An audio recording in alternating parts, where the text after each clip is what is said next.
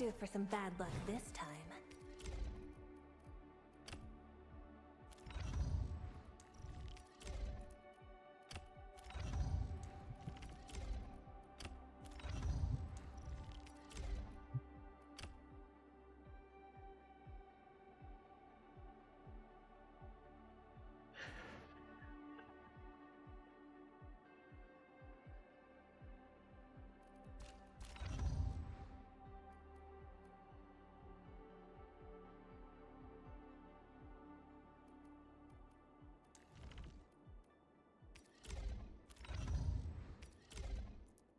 Get the better version of that. No, I don't think I can craft any of this.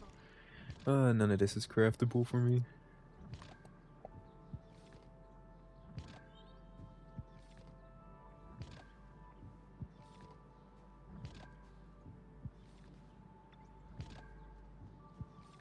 BLG is going on right now. Oh shit.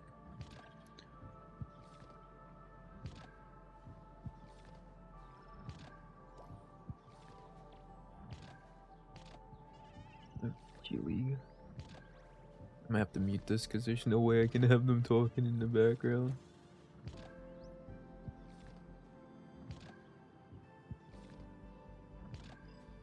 Okay. Wait, who's playing right now? Okay. Also gotta see if my bit rate is fine. Oh, it looks fine.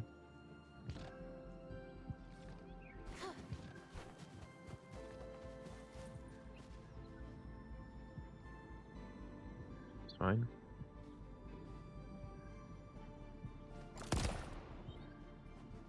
Can I close this? I can't. Okay.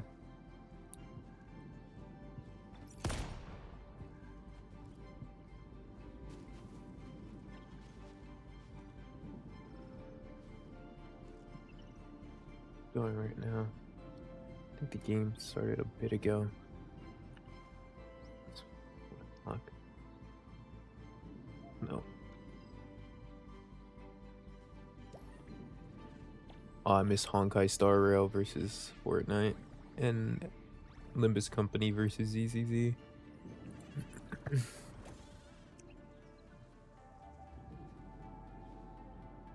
Chariot is repping his engine.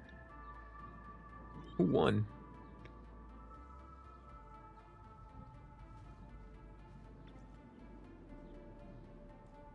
Tell me Limbus lost to that. Dude, Limbus lost the fucking... No way. Limbus lost his Endless.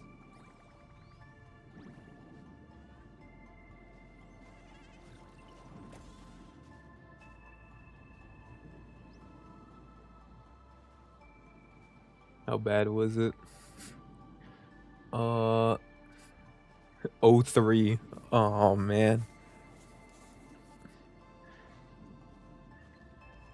Oh. Get fucked, I guess.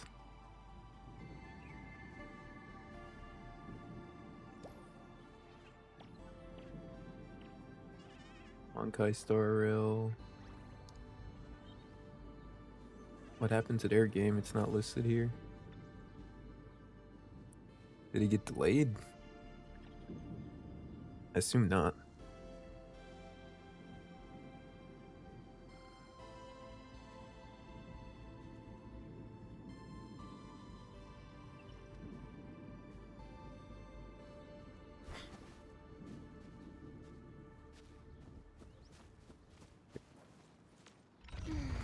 Who's due for some... So many battle records. Enfield sure lives up to the industry's part. You gotta somehow...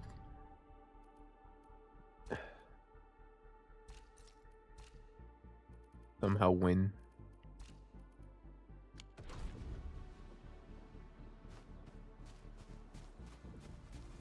Well, I guess there goes my plans for pulling Surtur. I might still pull for Leviathan, but... fucking... Like, I can't even level her if I wanted to. I don't have any skills. also think I'd need to make a different team. Like, she'd be the main DPS.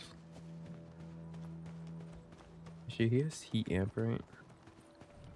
Actually, I think I could still just do the same shit, but I think I'm gonna try and fight the boss now, but with Distract them. these on. Stifle them. I don't think I can craft better equipment right now.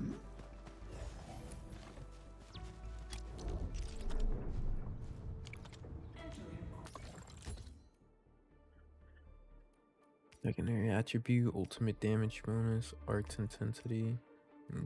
Alright, let me look at the non-set. Treatment bonus, ultimate gains. Which one's the crit damage or crit rate?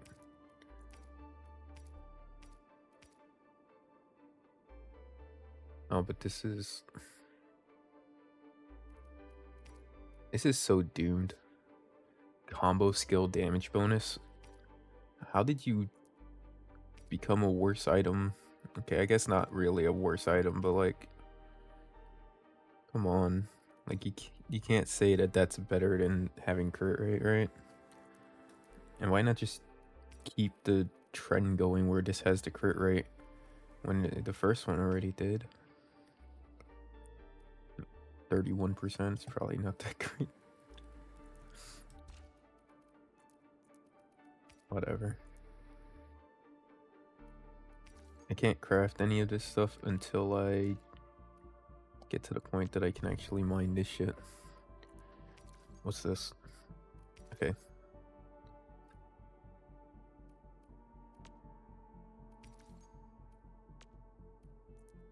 Amethyst powder and sand leaf powder makes Kristen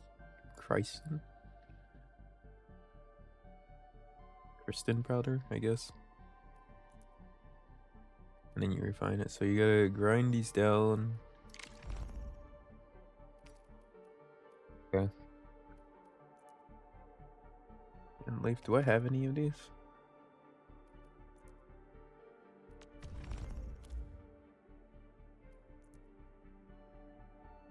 I don't think I have any of these.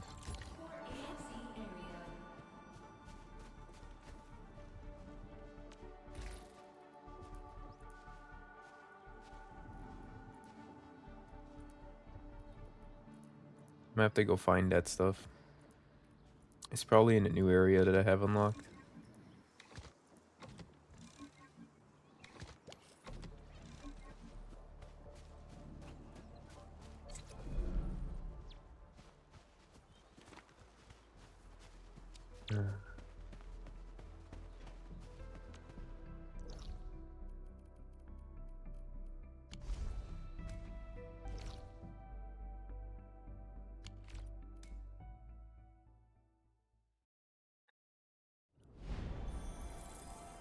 If I can beat the boss like this, The it'll time be has come to end.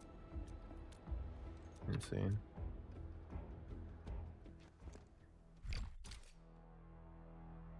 Open your eyes and behold the rebirth that haunts your soul. An Angelos with human form? Those appendages are protecting the main body. Destroy them first.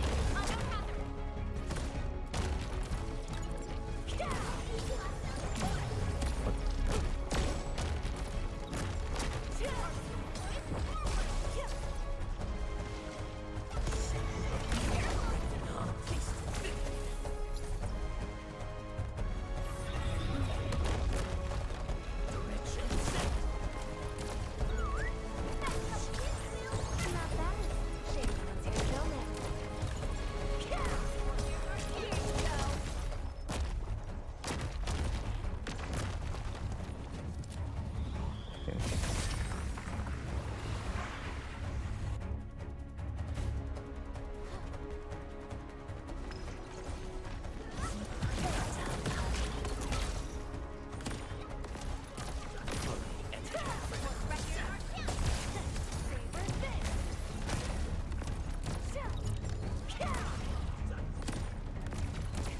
Attention, please.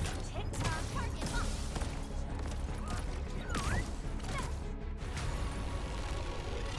Okay.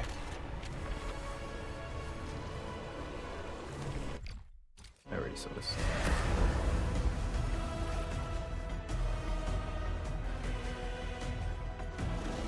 Struggle all you want, my dear savior. How long is your ignorance going to last?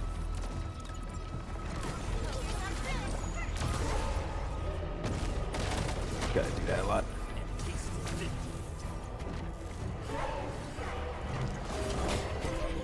Okay, she can move.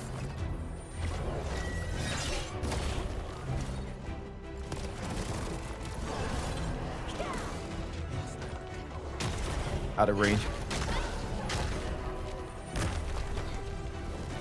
was just bad luck. One more round.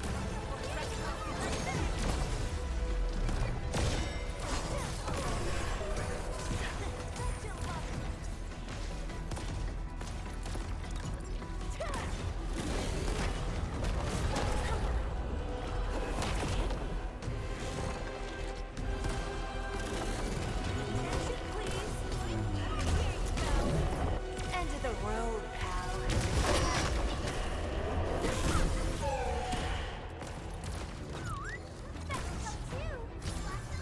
Victory electrified. Attention, please. Tick-tock.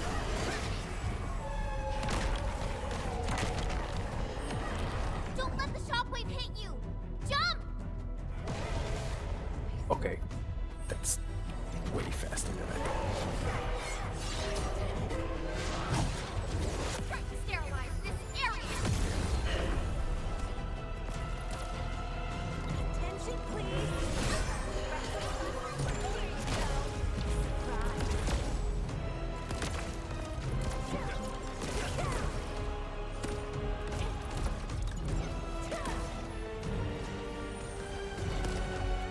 That was just bad luck. One more round.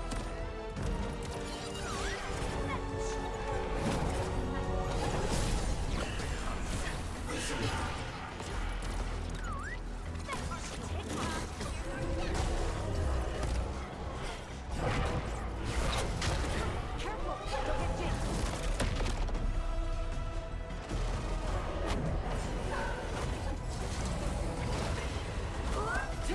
Look out!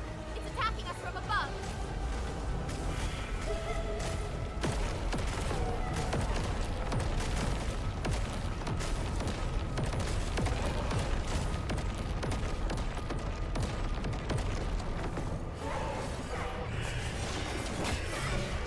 Yo.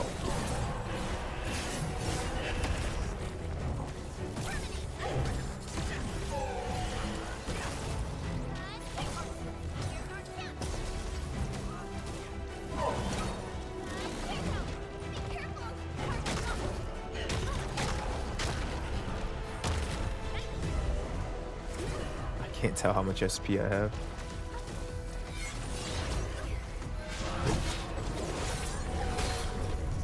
Fuck.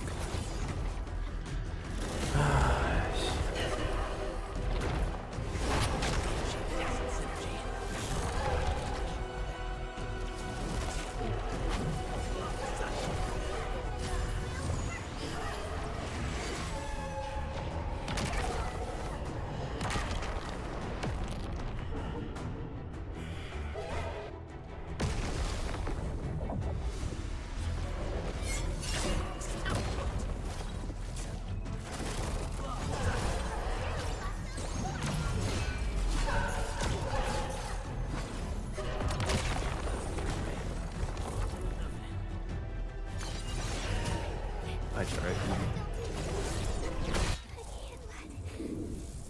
I can't even use her skill.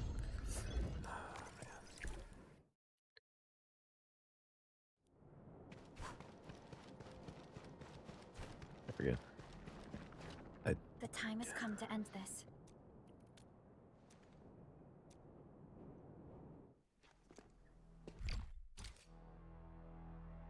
Open your eyes and behold the rebirth that haunts your soul. Angulos with human form? Those appendages are protecting the main body. Destroy them first.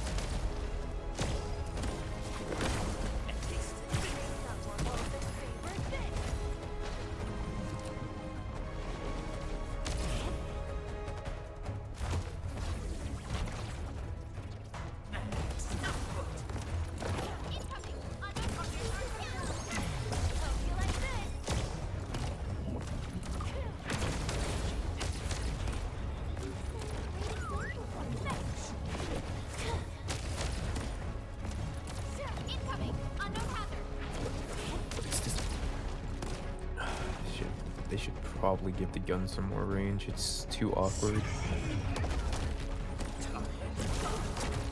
Attention, please. Incoming. Unknown hazard.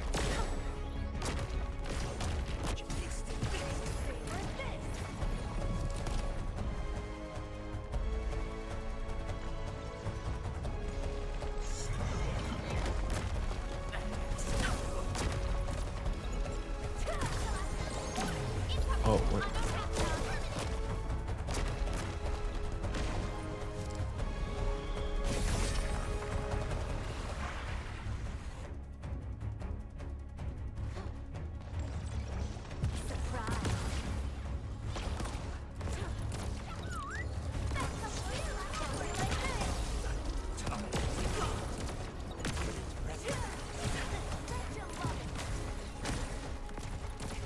Attention, please. Here you go.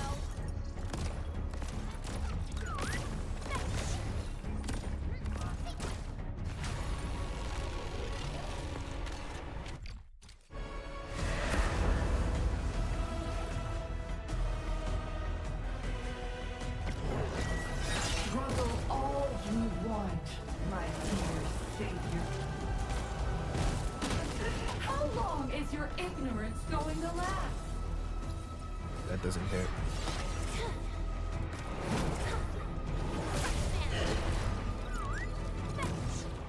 Probably best that I just don't use the skill at all.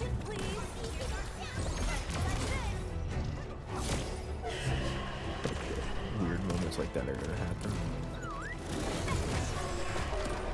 Okay, good interrupt.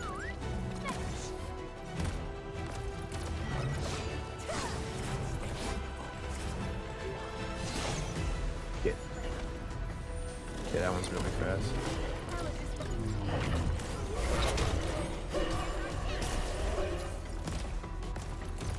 Attention, please. Bad luck. Catching up. Stay on.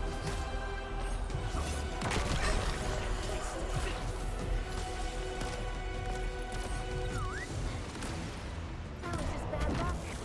One more wreck.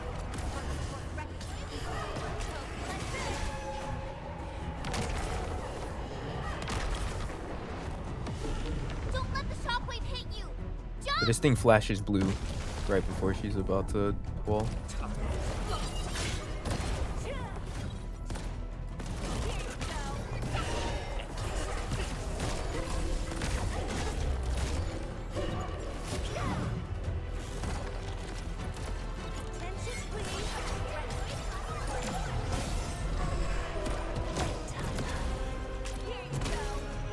End of the road, pal. Commence L7. Annihilation.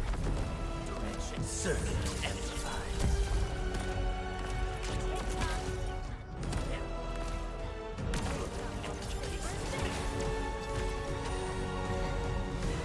That was just bad Reset. luck.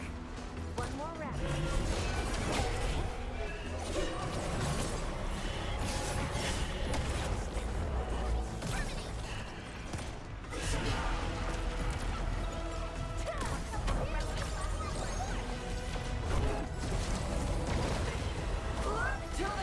Look out! It's attacking us from above.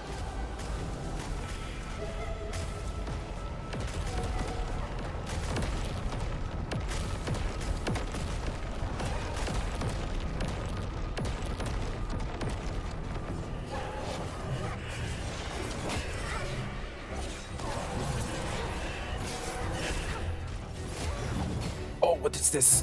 This crazy follow-up.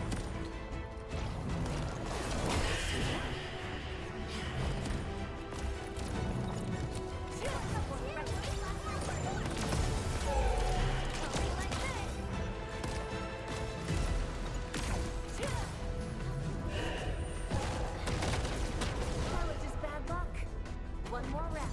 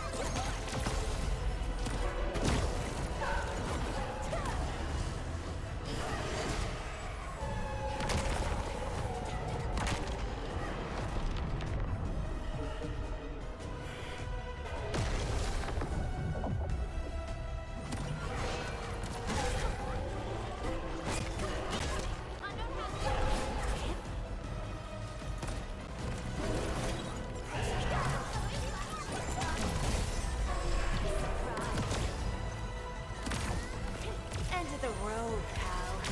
Target locked. Fire!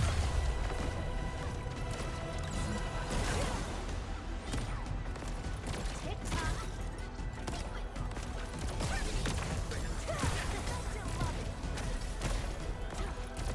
Attention, please.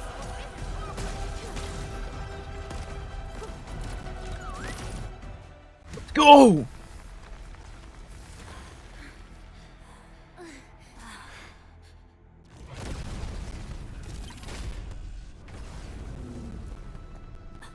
Kata! Oh shit, she's still alive. That was just phase 2 out of 5.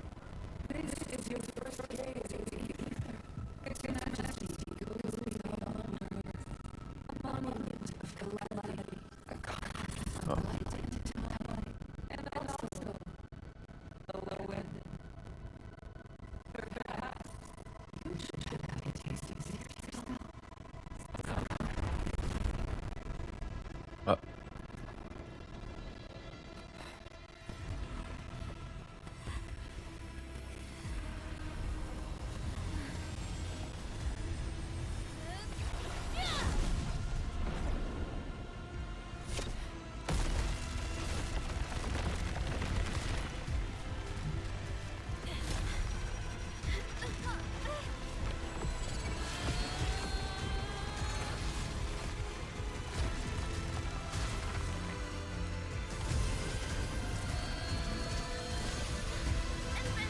Your body!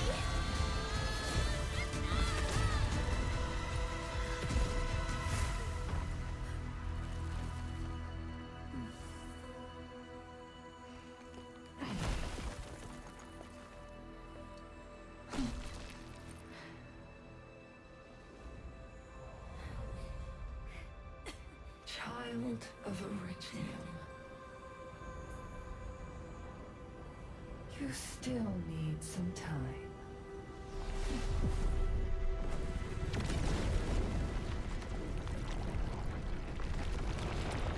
Uh-oh.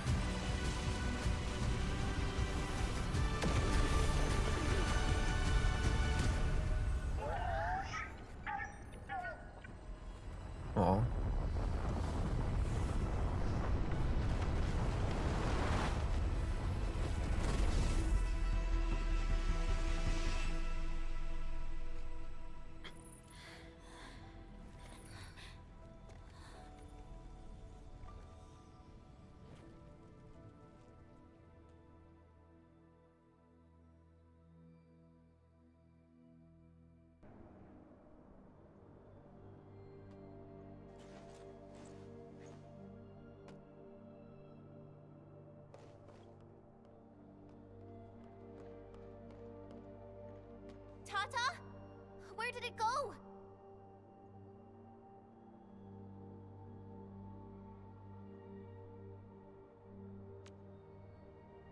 It's gone. Gone with the rift.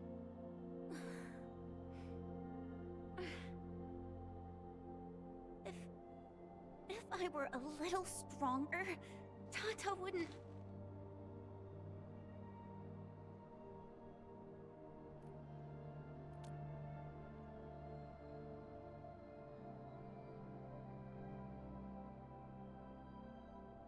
Tata, it came here to help us carry out our mission. I'm just... Chen, I think that when Crow, Ivan, and Andre built Tata, they sincerely believed it could help the people of Talos too. Tata lived up to everyone's expectations and sealed the rift. It protected us and Valley 4. Right Seems now, like it was supposed to it do is that. our turn to step up and save more people.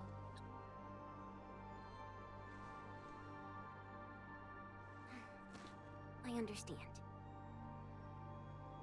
Administrator, what Neferth said before she left? Judging by the content, we can only assume she knows you pretty well. You have yet to recover your memories, and the enemy is still in the shadows. We must be more cautious.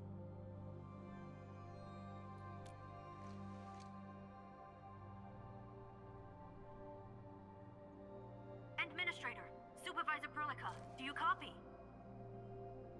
The depth readings at the power plateau are dropping fast. Have we stabilized the rift? It's over. However, we failed to apprehend Neferth. Your That wasn't safety the is mission. far more important than anything else.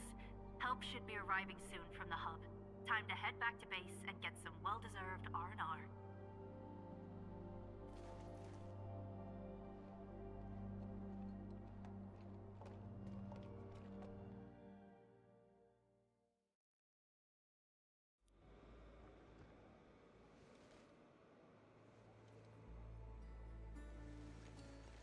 Everyone! Oh, it's so nice to see you back. Our friends from the power plateau just arrived too. Victory is finally ours.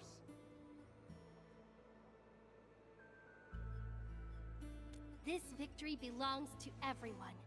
That is for sure.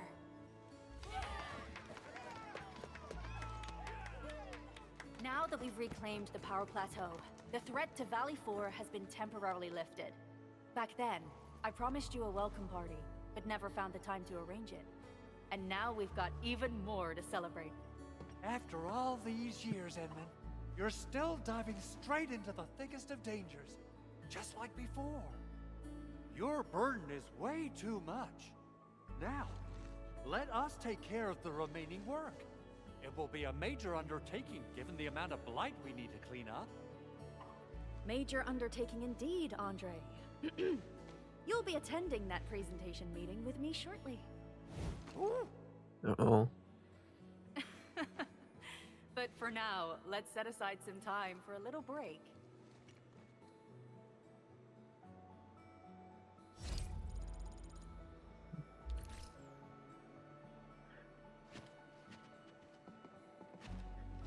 I'm curious to know. And Min, thanks to you, we held on and defended the power plateau with great success. Things have changed. Plenty of little I really threats like this got guy. I'm glad he's themselves alive. hurt. We even had to resort to the Utuk order.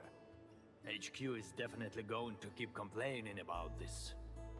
But they can gripe all they want. We made it! And it's not just at the power plateau. Everyone performed well at the science park and our region Load Spring too. A crisis can ignite our true potential, but it may lead us to hit back with excessive force. The worst is already behind us. It is time to ease off some of our emergency measures. No matter what, Valley 4 owes you a big one, Ant-Man.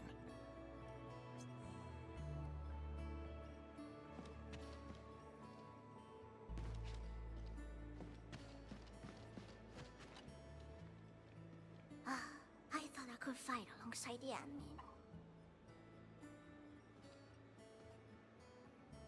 I mean, I didn't really say I want it, but if it's possible, can I really be part of the crisis team?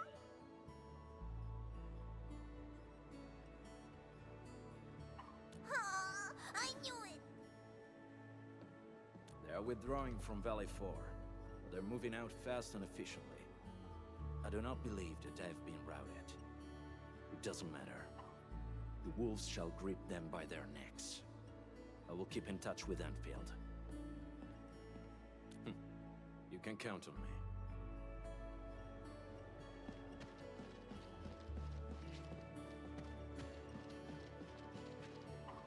Yvonne not here?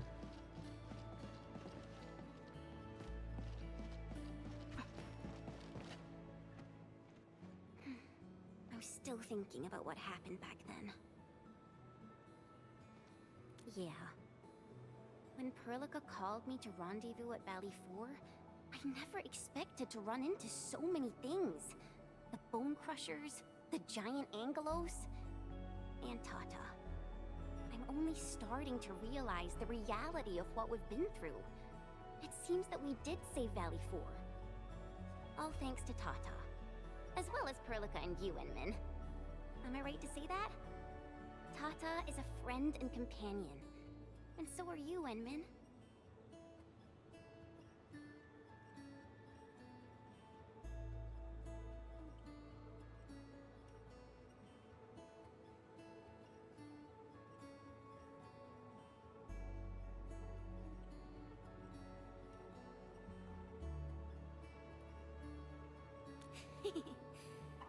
All right.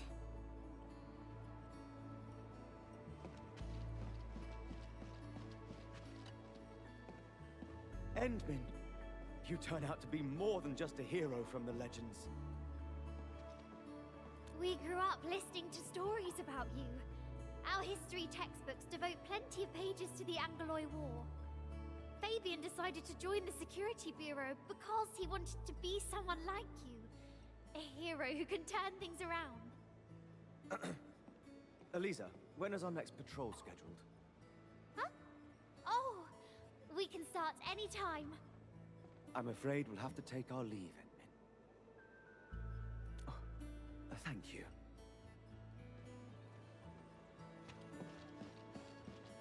Endman, I'm so happy to see Where's you Yvonne? return safe and sound. Facility deployments exceeded our design thresholds. Fortunately, the system accommodated the additional load. But light interference put a major strain on protocol capacity. If we have to constantly deal with similar environments, we need to figure out how to solve this problem. No worries, I'm on top of it. There's always a way. You have my word.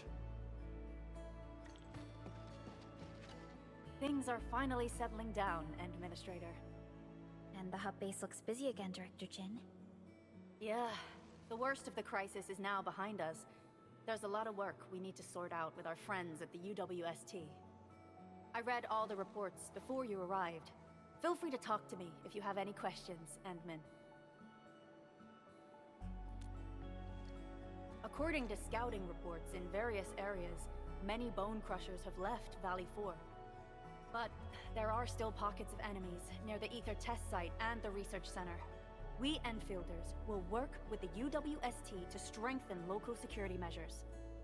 The UWST is a massive organization that sustains the Civilization Band. Once the industrial mothership hears about Valley 4, the place will quickly receive all sorts of aid and support. However, now that we know the Landbreakers got themselves involved with the Ether, I'm afraid both the UWST and TGCC will start looking into this. The rebuilding of Valley 4 is a major undertaking. Enfields can't do this alone. We should wait for the UWST to catch their breath before talking to their lead monitors. I agree. Thanks to the AIC factory built by our Endmen, production and scientific research throughputs have been restored at the hub base. Our major undertaking shall begin at this very site. Here, take a look at this. It's Andre's rebuilding management plan for the hub base and the surrounding areas. His analysis is very optimistic. With AIC support, restoring the hub base will be fast. A single season will get us back to pre-disaster capacities.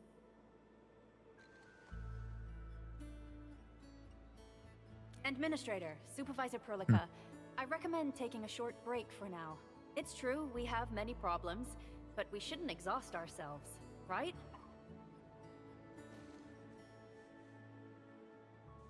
Endman, do you have a minute?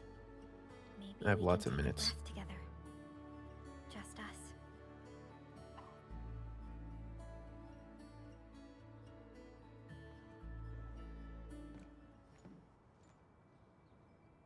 That terrible rift in the sky is finally gone.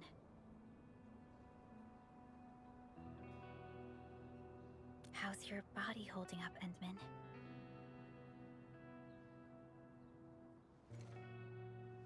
You're pushing yourself too hard. You've been fighting ever since your awakening. It's not just your memories. Your body's struggling too. Every time you wake, you would lead us as a true hero. But most people fail to realize why you would always return to hibernation. How could I not worry?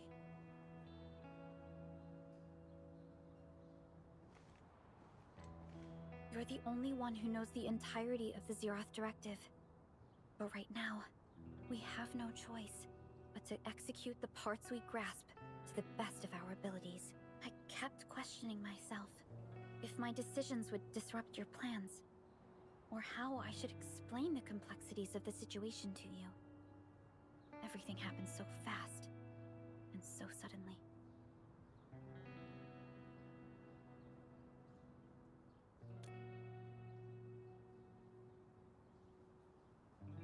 The Angoloi, the Landbreakers, and the Blight. The scars they left on Valley 4 will take quite a while to heal. If we hadn't deployed the Protocol Automation Core, this crisis would have dealt us a far more terrible blow. Fortunately, we insisted on pushing the project forward. You once mentioned that victory with devastating costs is not what you seek. We shall restore what was damaged in battle, and rebuild what was lost in disaster. The Protocol Automation Core shall provide the foundation we can build upon. We shall build bridges to each other, and unite our strengths.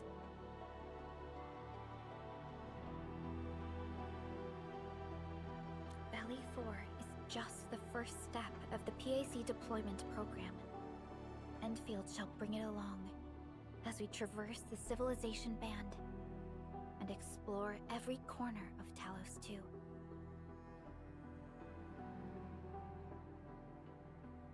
This peace might not last, but for now, let's just gaze upon this burgeoning land.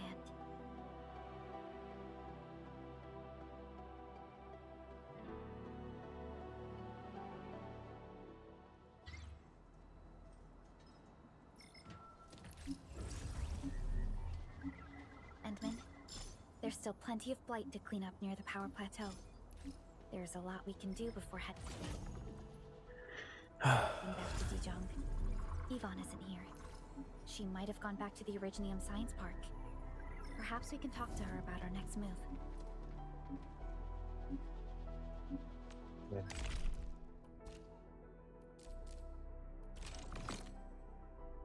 Okay, that's actually the end of chapter 1. Search permit.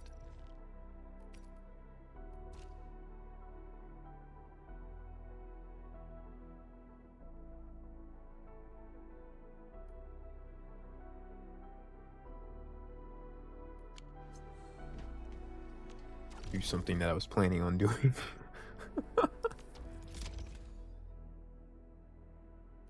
Look at this, they have so much money to share.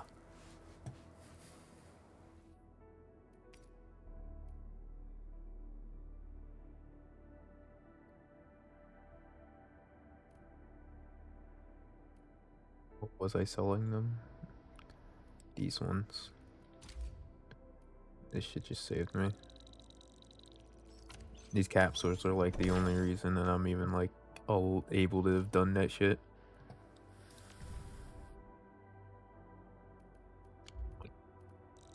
The whole point of these ones are to be sold.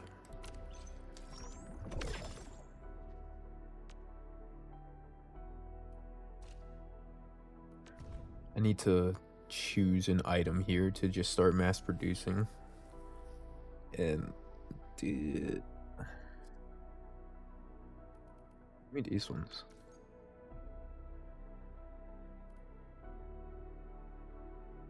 Okay, I'll think about that. It's basically the same process. Actually, maybe, yeah. I think I'll start producing those. And then sell them off. They have plenty of money to hand over to me.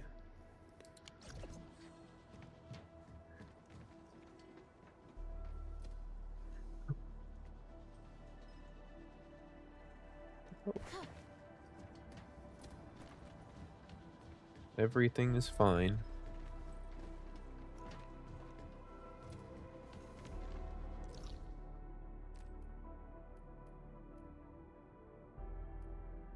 Thank you for follow.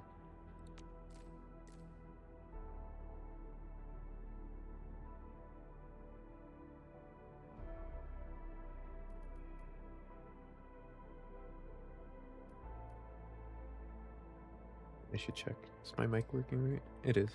Okay. Any of my other sounds messed up? I don't think so.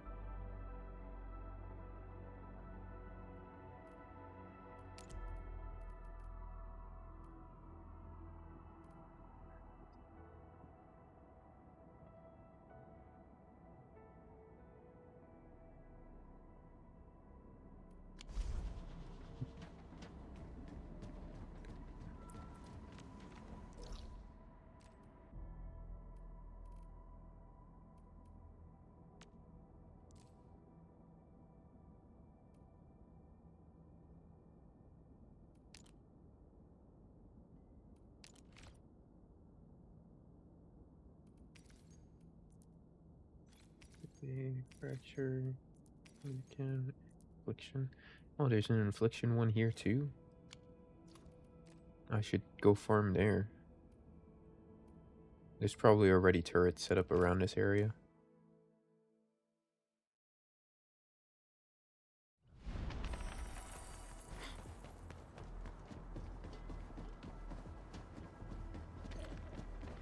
There's a few. I'm gonna craft a bunch of turrets and bring them here. Make my way up there.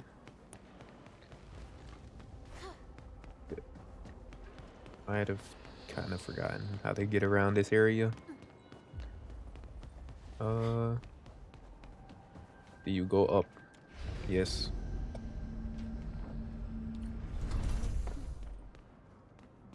Oh, there's a...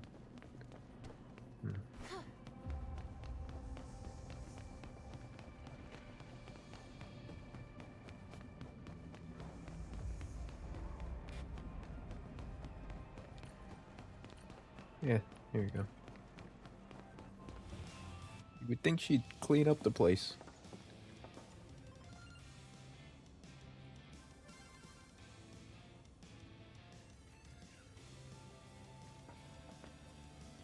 Perlica?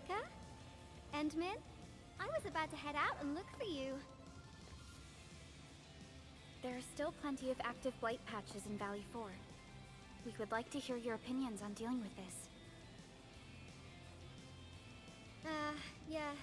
Active blight can be a real bummer. But we got a bigger problem. I detected an ether energy signal in the vicinities of Valley 4. It's weak, but there's no mistake about its existence.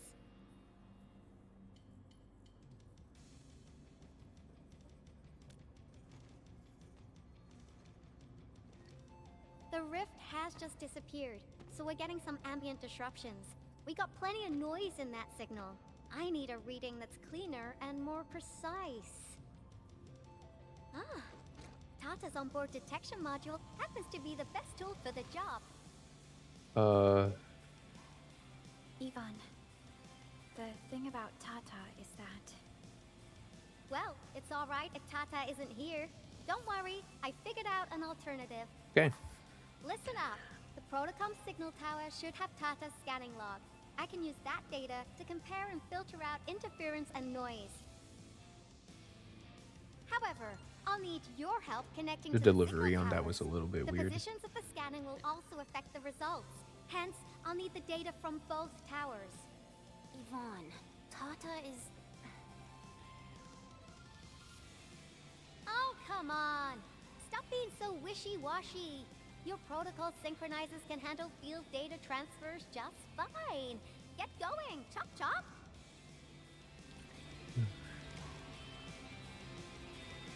She's pretending to not care.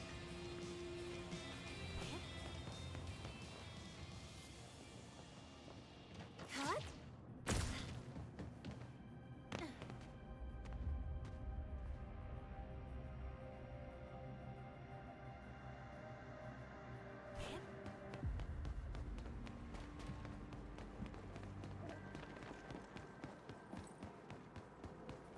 Oh, is it on the other side of this?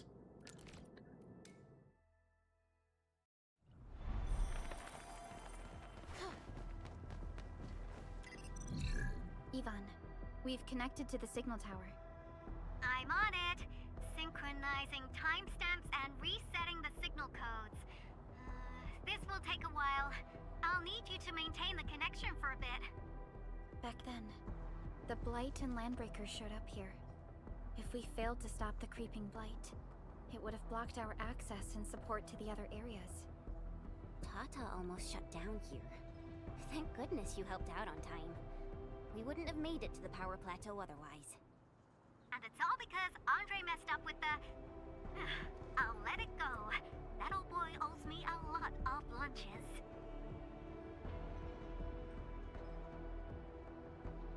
I know, I'm just... Fine, you're right. The next step is to connect to the signal tower at the Origin Load Spring.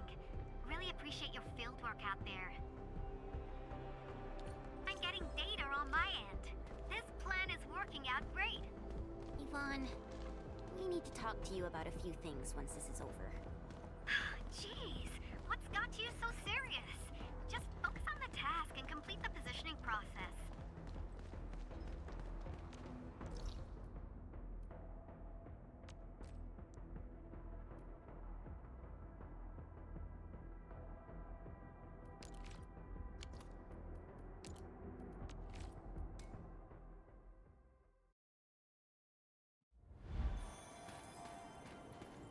Have to go up to the ship.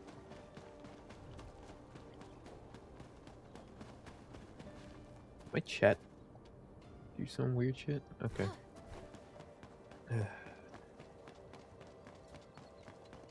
Can't even watch a soccer game in peace.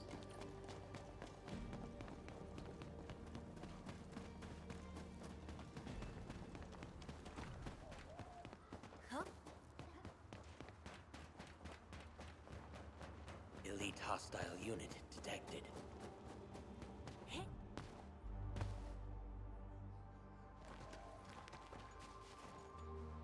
Ah, you're back! Wonderful! I never had the chance to properly express my gratitude. Thank you for saving my friends. It's only been a short while. You sure you don't need more R&R? I'm okay for now. The shockwaves in Angaloy made a royal mess of the Origin load spring. We gotta fix the infrastructure, and clear the roads for the supply trucks at the very least.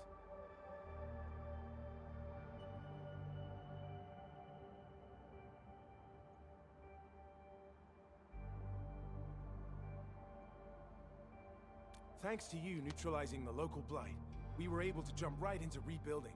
I've lived here for ages, but I've never seen anyone wipe out the blight like that. Everyone's real curious about how you pulled that off. Having tech like yours would make our survey and SAR work a lot easier.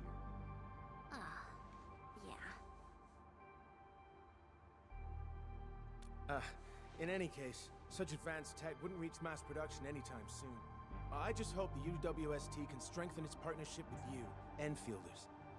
Once again, thank you for everything you've done for us. What I gotta run and happened check on a few there? other places. It's like they Feel free to do recorded your that thing. him saying Enfielders in a separate line, and they just kind of spliced it in. Data retrieval success. Oh, my Talos. You guys really went through the ringer, didn't you? The Origin load spring had to deal with massive blight formations. Tata played an instrumental role in helping us reach the power plateau on time. I gotta start analyzing all this data. Oh, come find me at the lab.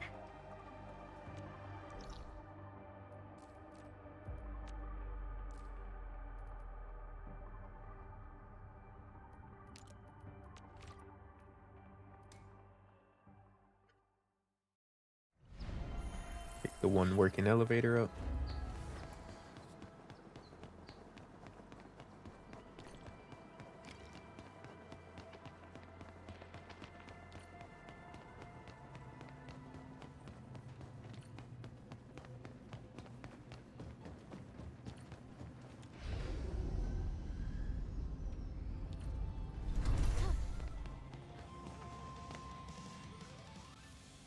Good work out there, people. I'm almost done here. That's a sitch. Still analyzing and sorting out the data. Filtering will be done in a bit. I used the time to come up with a solution to your active blight problem. Oh, if only I could kick off projects first and worry about approvals later.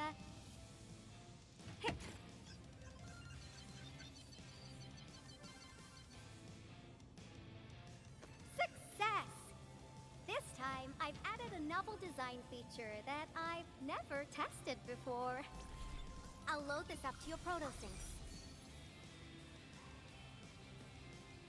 Time is short, so I skipped a few verification steps. You can treat this as a temporary test component.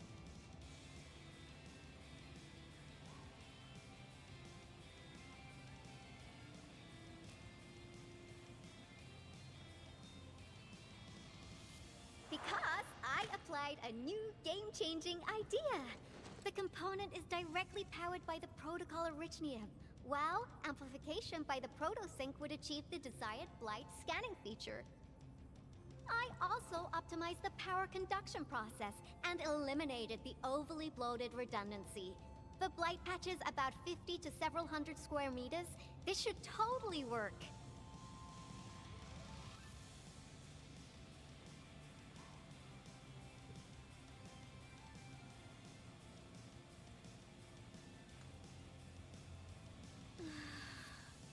Okay, it isn't capable of dealing with rifts, but the characteristic data sets we collected, the protosync can now perform some basic functions. Well, I guess I've spoken more than enough. The best validation is through proper hands-on experience. Let's head downstairs. There is a low-power simulation device underneath the research center. We'll need it to perform our test run. Follow me.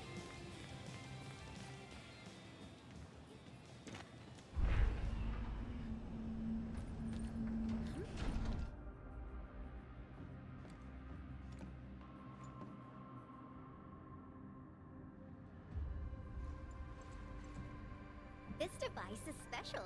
It simulates blight wavelengths to quickly make globs of blight.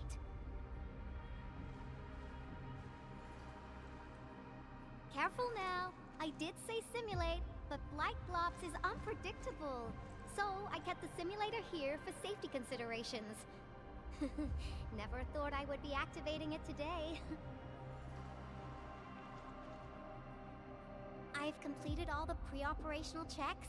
I'll activate the simulator and let you test out the component scanning feature.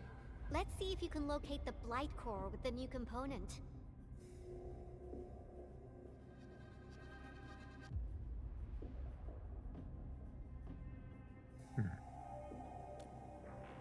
Just stay in the containment zone and you'll be safe. I'm here, so there's no need to be afraid.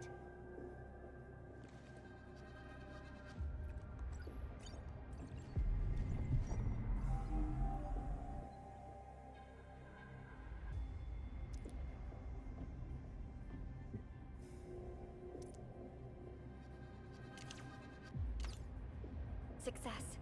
The scan has revealed the Blight core. Ooh, awesome. We already know this. I've been doing this forever.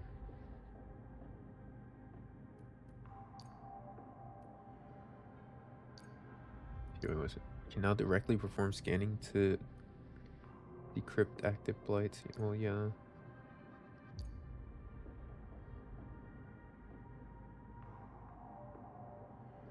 Okay, so now it's just permanent. Test component feature B&B complete. Leave the packaging to me. I'll also refer to your usage logs and regularly iterate on stable releases.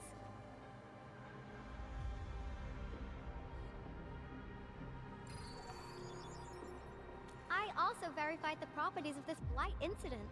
Nefereth was using existing energy pools of the Ether Rift. She can't create new rifts out of nothing, at least for now. Nevertheless, this remains the most severe blight incident in Valley 4 in the last 10 years. If we'd let Nefereth have her way, half the entire valley would have been gone.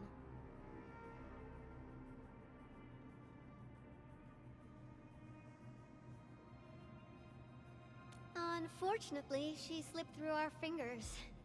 Now, we managed to seal the Valley 4 rift mainly because we have plenty of data from our Ether test site. Tata's sealing of the rift is a very, very rare exception. Although the data sets offer valuable references, I'm afraid we can't replicate that rift sealing measure anytime soon. Now I wonder, what emotes would Tata use when it sees the crisis ending in Valley 4?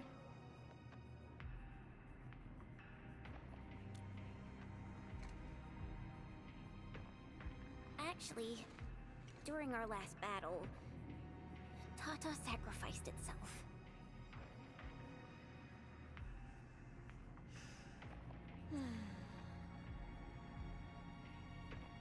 I thought as much when I saw the anomalous readings after the rift disappeared. You didn't really think I'd throw a grief tantrum, did you?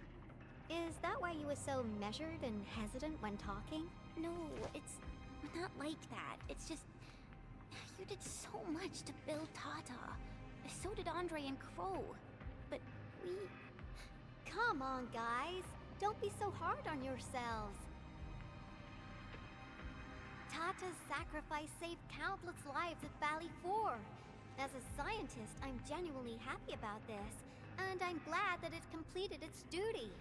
It's natural for us to miss Tata and feel sad. But what we should do is remember how many lives it saved, and make full use of all the data it provided for us. And then, we'll do our best to avert the next crisis, right? Absolutely. Such panache and confidence. No wonder you're the administrator. All right, we should be done with the data simulation. Now run along and chase down that signal for me. I would be very upset if we had to endure more ether eruptions. Fiona, can you help Yvonne trace that signal? Originium Science Park data link request verified. 0 issues. We can now input our directives.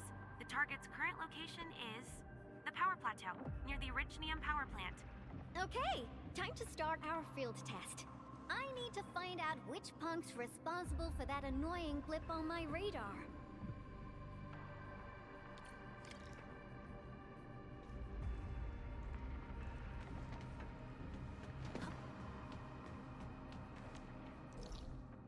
Alright.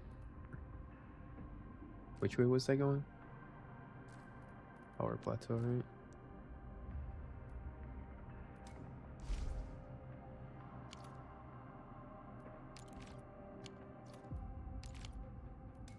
In.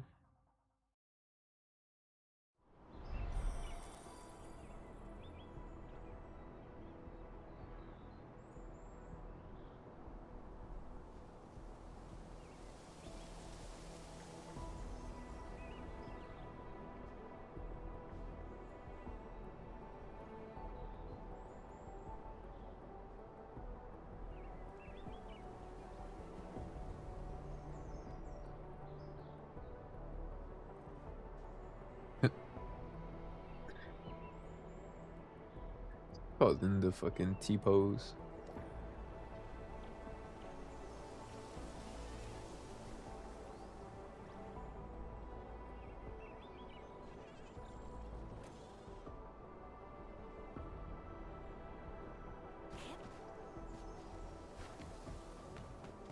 We're talking about fate in the surfer.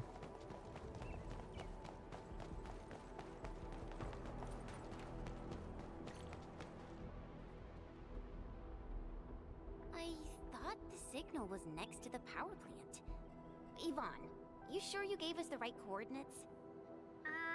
Data feedback looks stable. There shouldn't be any problems. What's that? Did some machine just explode? No, it's a battle. What? You gotta go and check it out! I'll be with you in a bit.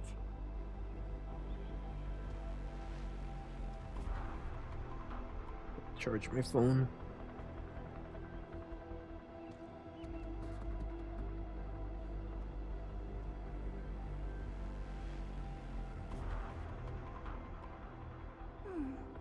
Another day of beautiful sounds.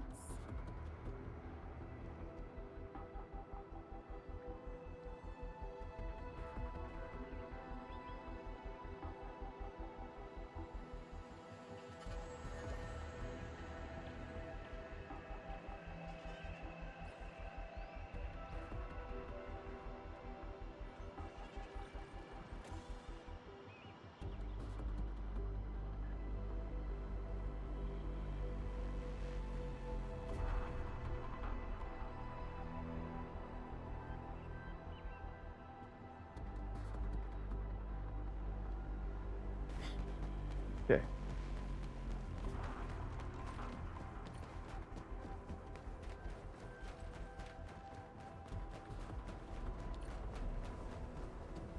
This place feels pretty hot. Was a caster here? These look like cuts left by a sword.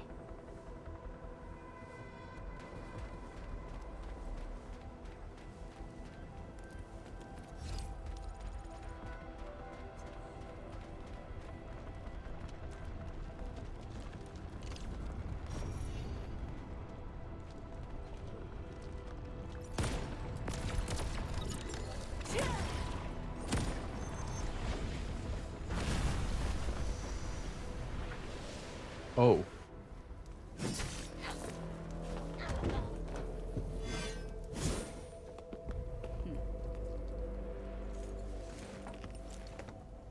Enfield, do not forget your promise.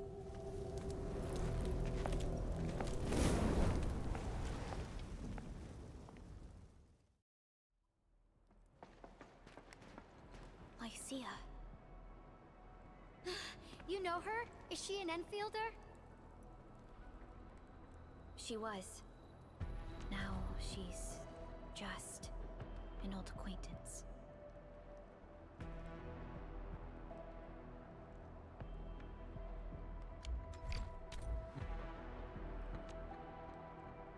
That means she's an ex-Enfielder? Just a single glance and I can definitely tell she's a master with the blade. Oh, I really hope I can spar with her.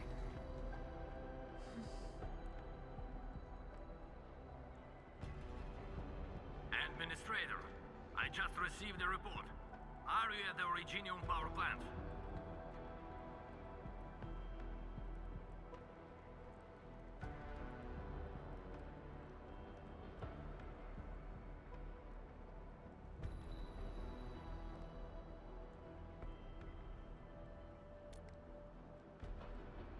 Professor Kroll, the power plant is a total mess.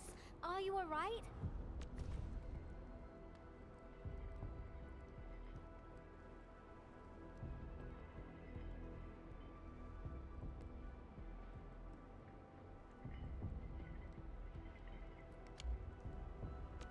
I managed to find safe places for everyone, but these land breakers just won't quit. The fever leading them is a giant bigger than the gate itself. The patrolling crewmates sounded the alarm when they saw him from afar. But the LBs didn't make it inside. Someone stopped them. That big fellow also ran for his life. I just realized because that was in a cutscene, it doesn't put her dialogue here. Ether energy signal. Could it be Rodan?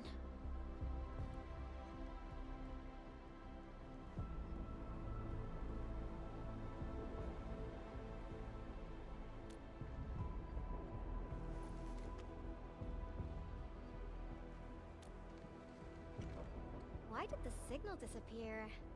I gotta run back to my lab and analyze this data. See you later, guys. Call me if you need help. That little girl. Well, I got a check on the wounded. Thank you for lending us your support, Admin.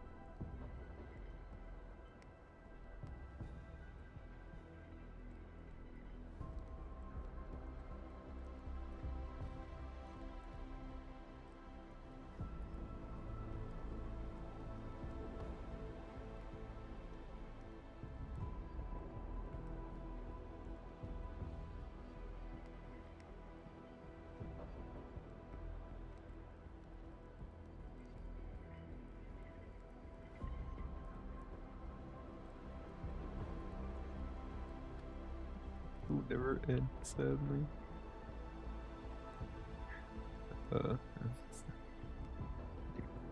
Work is killing this poor person.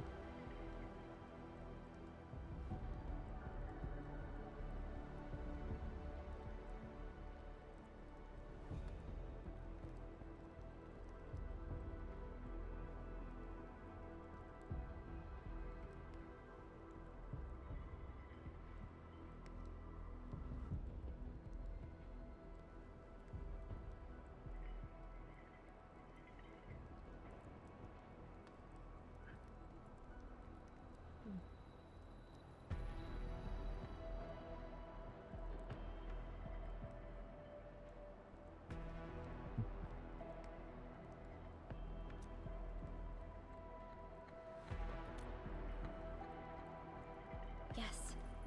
We once worked as a team.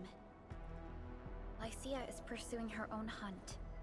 She regards ether events as tracks left by her prey. She left. Shit, is Enfield, Hanny playing and has right since now? operated solo, keeping communication with others to a minimum. So she just popped It out is. of nowhere because of the ether activity, right? Her hunt sounds like a real hassle.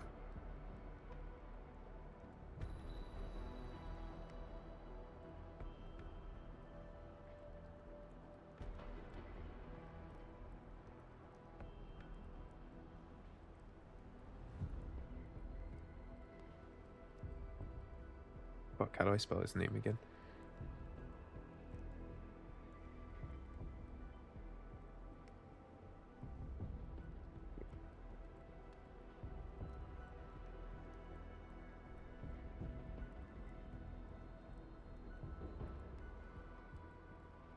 I think that's how you say it.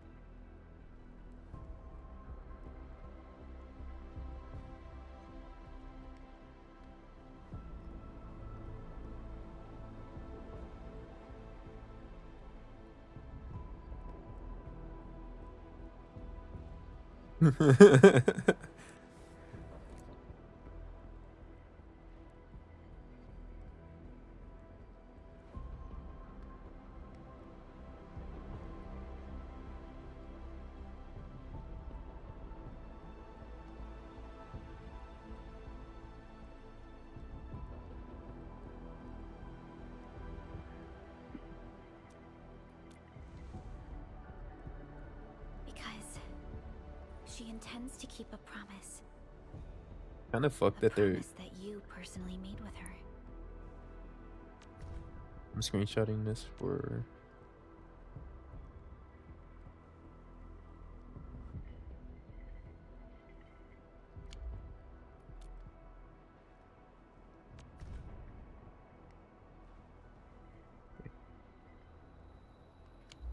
Fuck.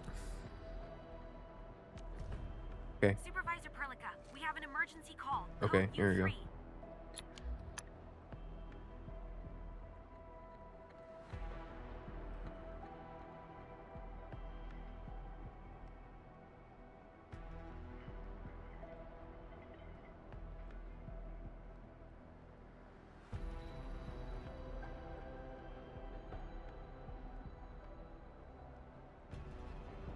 Holy.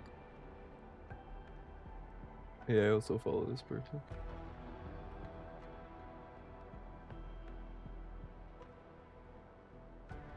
Little buffering? Whoa.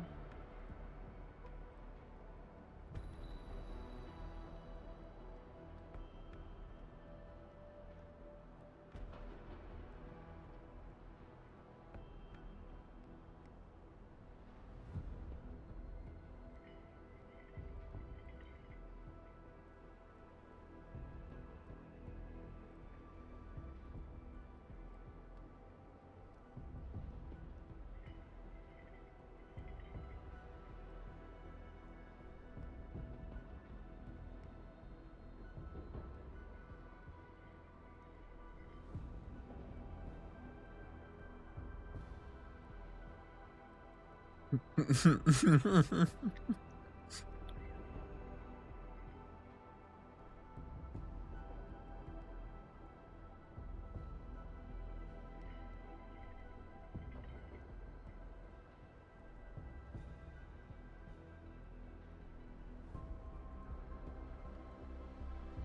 think they're classified as sarcasm now, so I have to.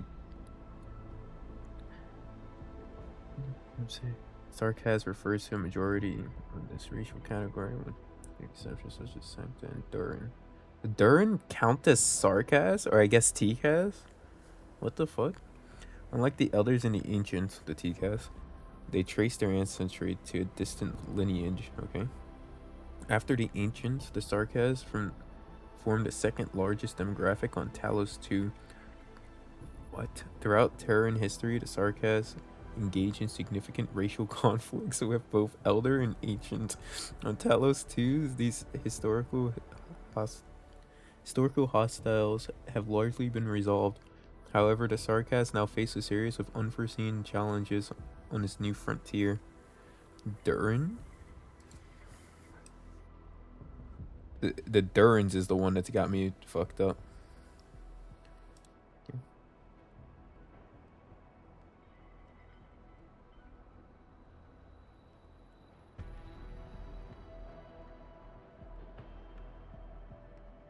You're getting extra racist.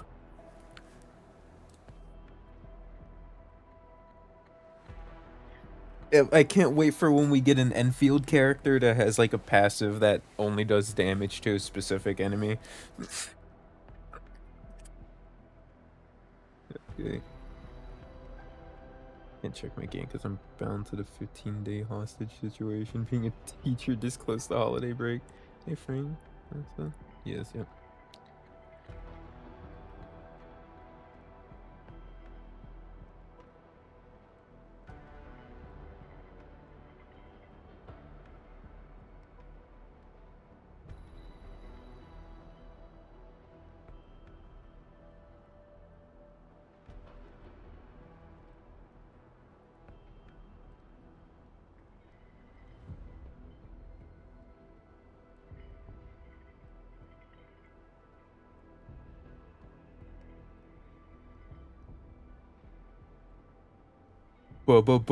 Bitch.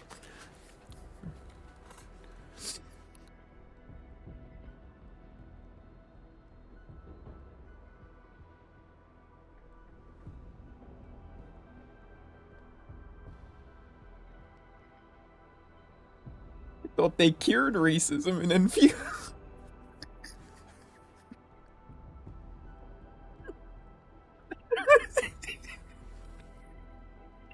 Holy shit.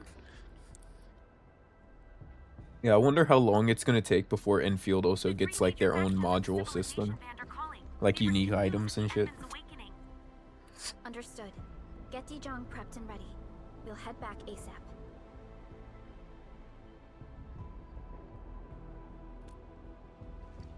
There ain't no rest for the wicked. Really messed up. About time someone called to show their concern. It's Hanny versus. Oh, that's DRG. Oh, wait. Don't worry. This is just part of the procedure. And this time, I just realized it's DRG, but it's not actually DRG. It's fucking Danganronpa.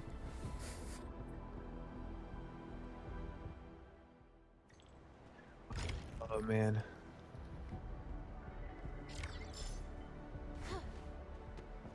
Woo! Yeah! Woo! Why do they give a fucking odd number, man? Just give us even numbers. No, or give us multiple of 5s or something. Why are you giving us multiples of 3? What is this? Bro. Oh my god.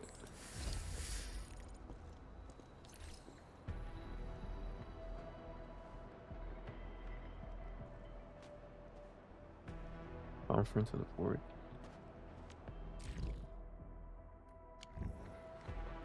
I have to go to a meeting? Aww.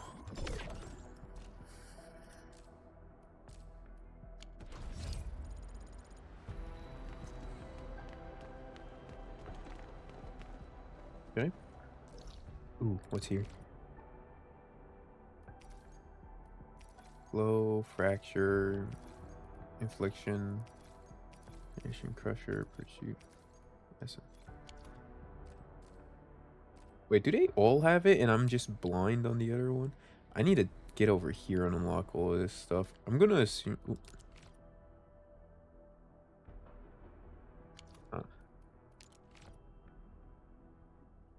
Fighting this girl again is gonna be so awful.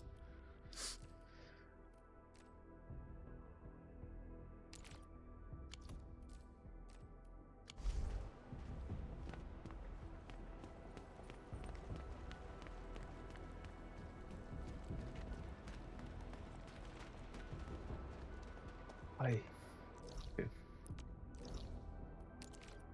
Everyone's favorite activity, having a meeting.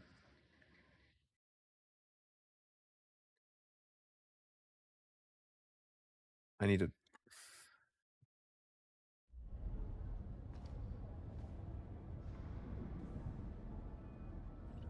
And ice dynamics and immediate feelings on top of my class. Nerd.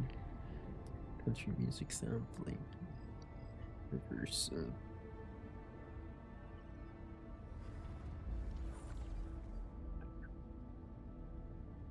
Gonna get my ass with his altar, sadly. If they fucking put altars into this game,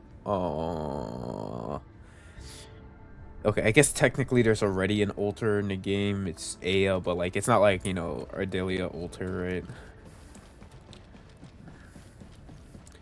But man, I do like how they basically combine both parts or both kits to make Channel Ardelia. encryption completed. Contact code U3 verified. Initiate connection to the channel.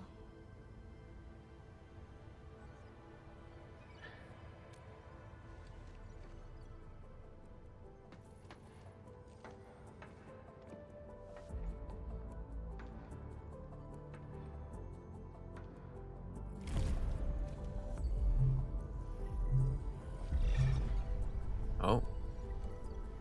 Lungmin! This is OMV Dijong. Is the audio channel stable for our 3 honorable representatives? Central Ministerial Committee of the United Workers Syndicates of Talos 2 speaking. Channel is clear. Very Russian. The representative spokesperson of the Talos 2 General Chamber of Commerce now connected. Okay. Channel is clear. Affiliated Hongshan Academy of Sciences of Tianshu Bureau of Great Yap. Link verified. Great, yeah, that's what it is, yeah. And Lungmin used this symbol Without for a further lot of delay, this shit. I am So Yan. Supervisor Perlica of Enfield Industries. I guess Yan is the area that we're Assembly's going to? attention Okay, it's not real as I Yan, brief but the this current world's Yan is situation. where we're going to. Pursuant to our considerations of the Band Accord, we What? The moon, by the way. This concludes the operational summary What? of Enfield Industries in Valley 4. The digital report has been distributed to all delegates simultaneously.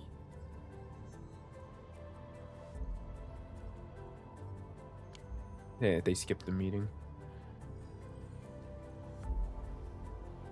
Given the threats encountered during our deployment of the Protocol Automation Core, we conclude that the Zeroth Directive is being targeted and obstructed with deliberate intent. Pardon if I offended, Administrator, but I must verify the sections in the report regarding the current state of your memory faculties.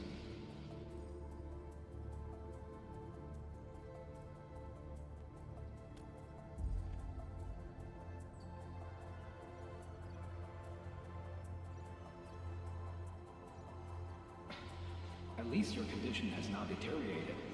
I offer you my sincere wish for your speedy recovery.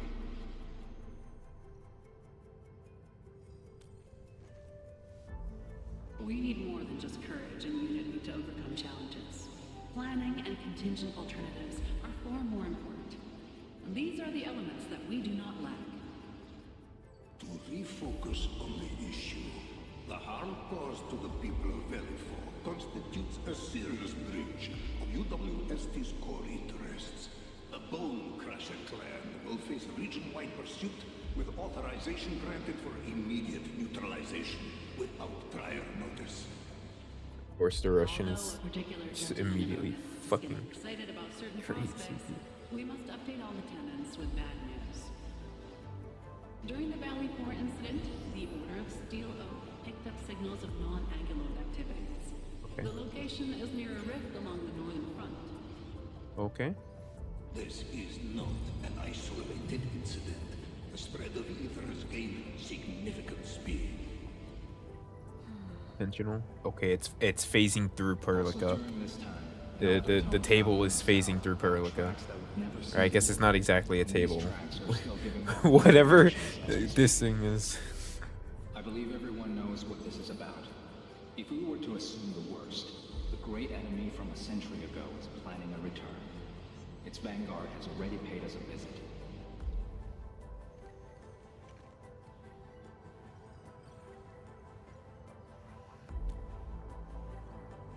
Everyone, let us confront the reality before us.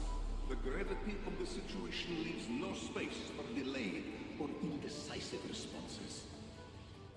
Pursuant to the Band Accord, The laboratory shall restore the special authority level of Enfield Industries regarding the entirety of the civilization band. Oh? Immediately. They gave us full powers? Priority access and authority to execute on-site disposition shall be restored to the Administrator in the agreed-upon regions. The Auditory shall support Enfield Industries in executing crisis management operations within territories under Accord jurisdiction.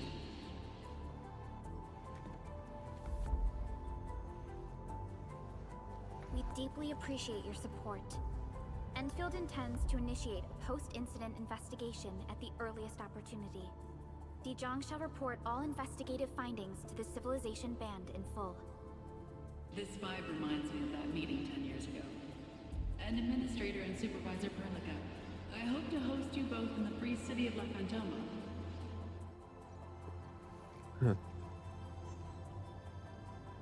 Supporting the Order of Steel Oath is the priority for our industrial mothership. We must crush the enemy threat in its infancy. Suspicious signs have been identified in the Wuling Scientific Developmental District under HAS jurisdiction. We have proactively conveyed this information to the UWST and the TGCC. Our findings out of Wuling show many similarities to the incident at Valley 4.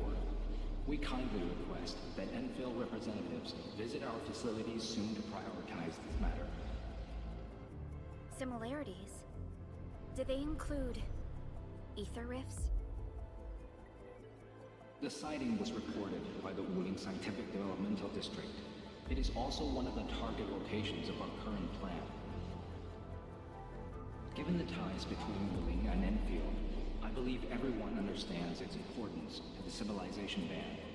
We kindly request your aid. Okay, so we're heading to Wuling. Understood. We shall address this matter with the gravity it demands.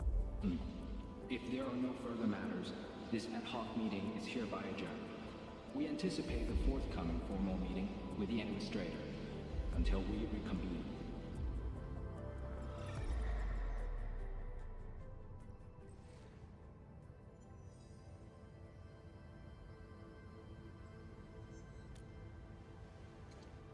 These new findings have everyone on edge. We must begin resolving the matter right away. Supervisor Perlica, the HAS has sent a set of highly classified authorization protocols. Do you have the time to process them right now?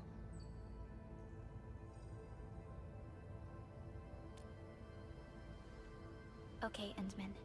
I'll talk to you later.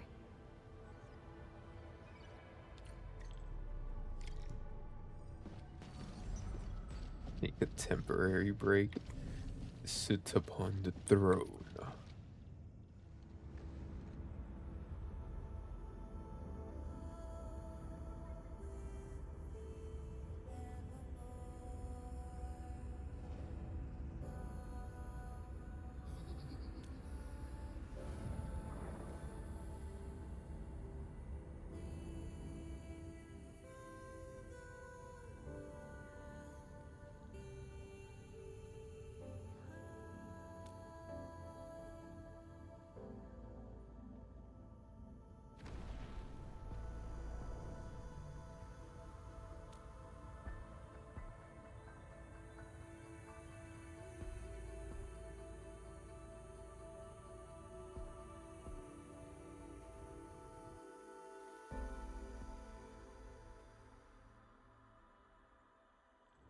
You gave everything to ensure the survival of life. With all retreat cut off, you placed your hope in the Zeroth Directive.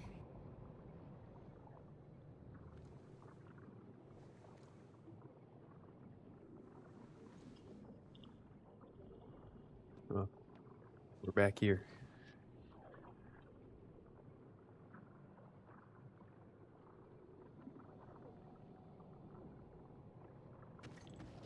Go forth and touch it. Touch. You have one last chance. Reclaim the history that was yours. Remember your calling. This is the only gift you left for yourself.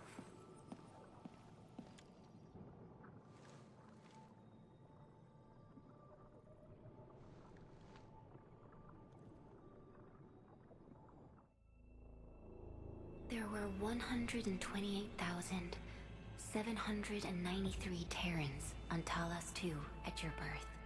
Oh, Arknight lore. A single gate bridged two worlds.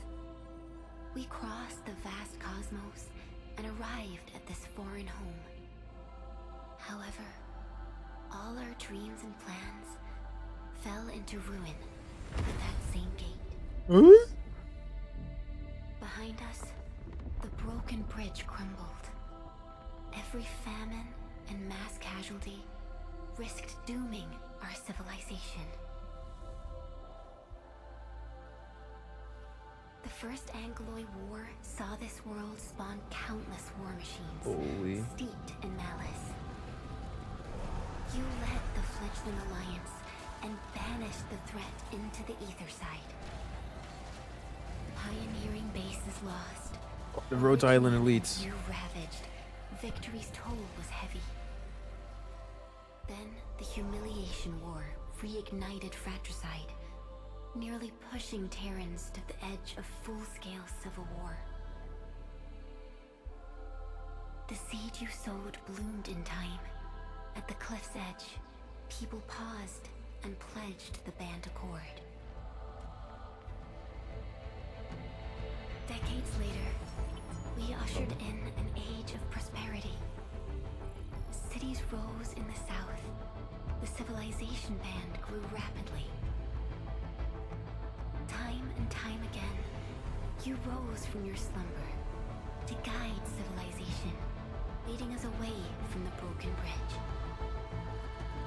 However, as the enemy licked its wounds, we scrounged for resources and survival, neglecting our original vision. And the Originium's wounds never truly healed. The decay spread. With every slumber, you lost more. In year 139, as the exiles returned, the Second Angloid War stood at our doorstep. We were forced to initiate an ill-prepared expedition. Your sacrifice exceeded the worst thresholds. The Originium is still collapsing. We never truly left that broken bridge. Execute the Zeroth Directive. Deploy the PAC. Revive the pulse of life. Treasure your very last chance. Oh my god, Arknight's reference.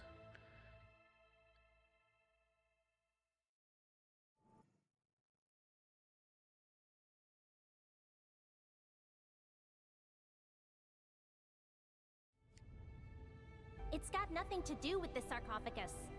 The damage dealt to the Originium is metaphysical in nature. The Endman's health will only get worse with every awakening. But the memory loss means we're running out of time. Then you should have faith in the Endman. The repairs can only be performed by the Endman.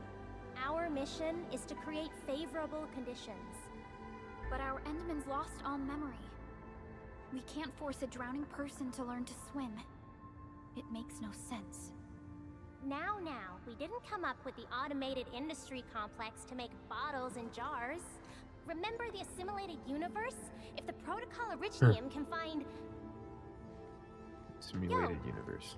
Just woke up? We were talking about you just now.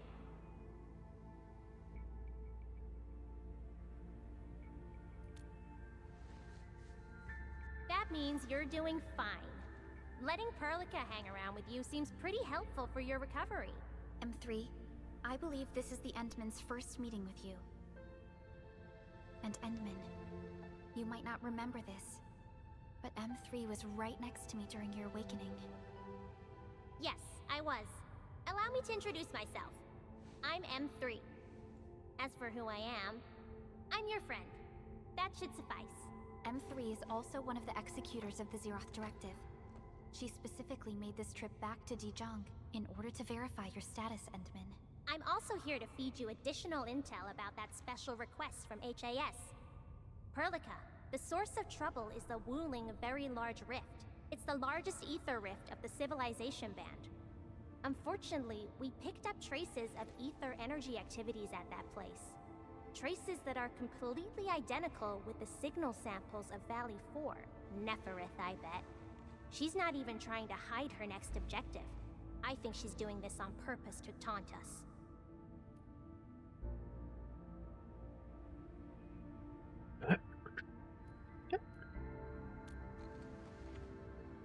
Every Enfielder is working hard to solve this issue, so I'm not too worried about it. What makes me really concerned is you, Envin.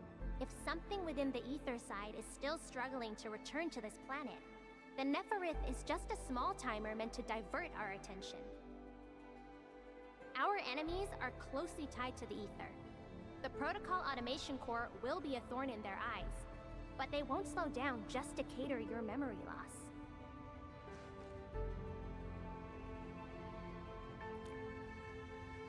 Good. You're still your old self. I knew Perlico worried too much. I really want to be a part of your Wuling trip. But we got bigger problems at other places.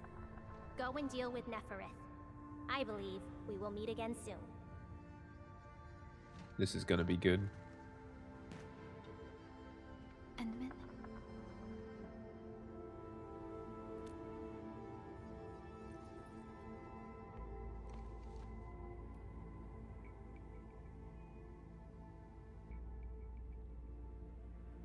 M3 is one of our elite operators.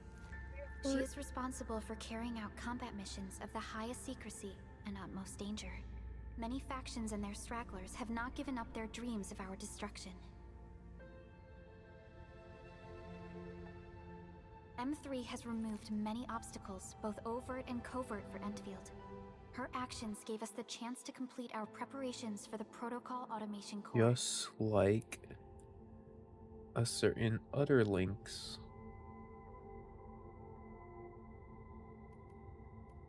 Wuling City is a key center of science and research of the Hongshan Academy of Sciences. The HAS is a longtime partner of Enfield. It's also why Chen got involved with Enfield in the first place. In addition to monitoring the very large rift, Wuling City also built plenty of living amenities in the region. The city is a home they rebuilt atop a disaster site. It is an inspiring symbol for the people of Hongshan. Wuling is also pursuing a special research project on something called Shiranite. Their aim is to overcome Etherside disasters. Enfield already has plans to deploy an automation core in Wuling City, instead of our AIC factory over there. This operation happens to work in favor of our plans. Let's go. That's right. And Chen is quite familiar with Wuling City. We can count on her help for this operation. Since we're unsure of how many cards Neferith has in her hands, we should be as fully prepared as possible. Once you believe everything is set, we shall depart for our mission from Dijong.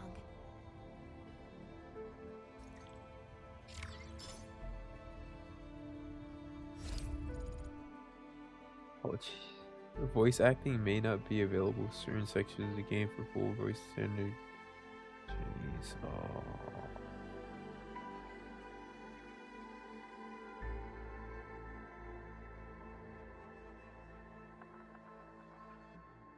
Damn.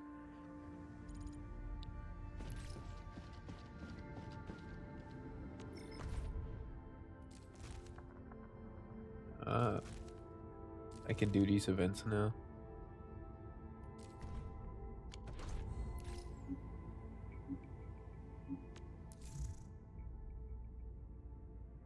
Up.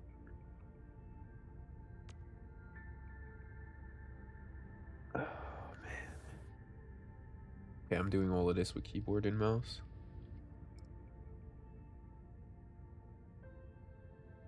Still here. Like, generally, even outside the bug, I mean, I took down the boss with a missing skill. I couldn't heal with my one teammate. But like, I'm more disappointed in the Discord and how long it takes for them to like reply to people.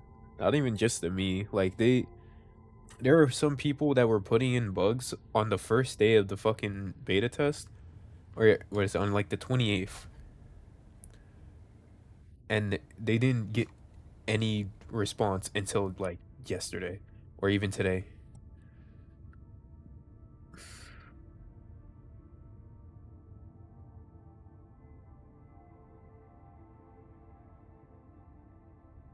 What's this one?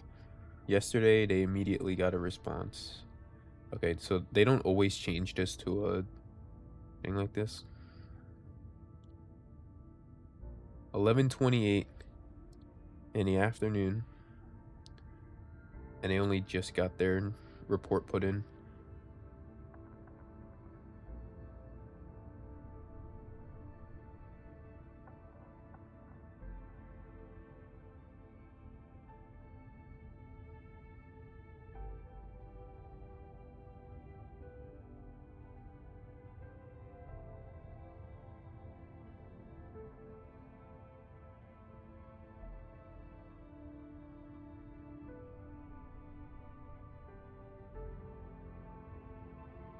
Ordered to look for other gates because doing so would require tampering with the one they had, and they didn't want to risk getting cut off from Terra. They did anyways, lol.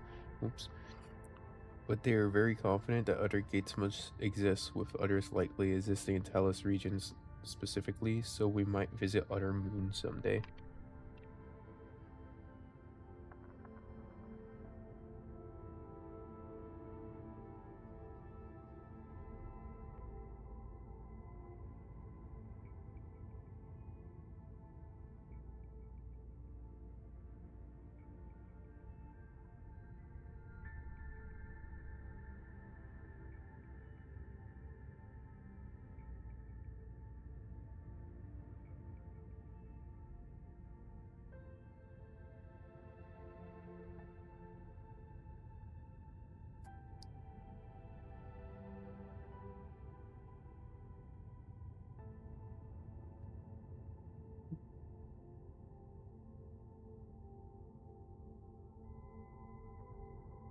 Point feedback a lot of people have. The writing is just not great. AK goes insane with esoteric concepts and high value experience. The feel feels like the same seriousness and intelligence level as Genshin writing. It's really off-putting.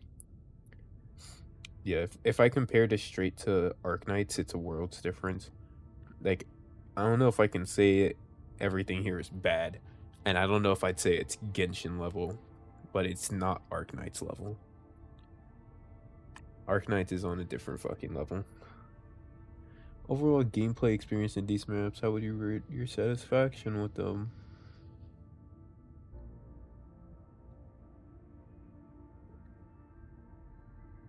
So, hub, I think I'll put that on very satisfied. Valley Pass, I don't even remember that. Oh, that's where the sub pack was, the first one. Okay. Mostly. Actually, I think these two did fine. This one would definitely be mostly. I might even make it average. Load spring. I think this is the... This one's also there. Power plateau. I need to explore the rest of it. Oh, actually, the quarry is the one with the thing. This one, I think they did a good job with that one.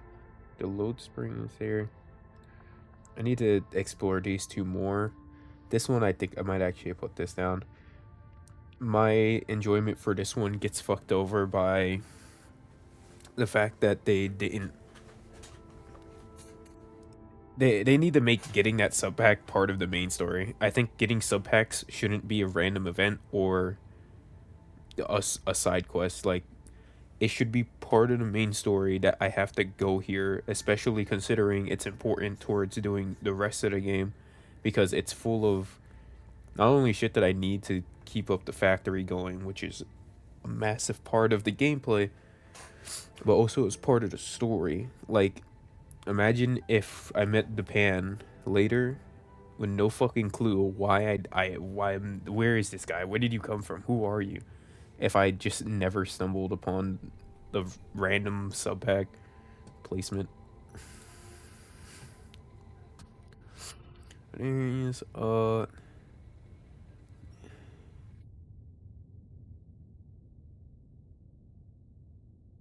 yeah. Gattering's fine. The factory, combat for the most part is fine. Story narratives is fine, but again, they need to like really connect getting the sub packs with the main mission. Cohesiveness, I guess. Like this, I think this is all fine. I don't really think the maps are anything crazy, and the music is just regular immersive music.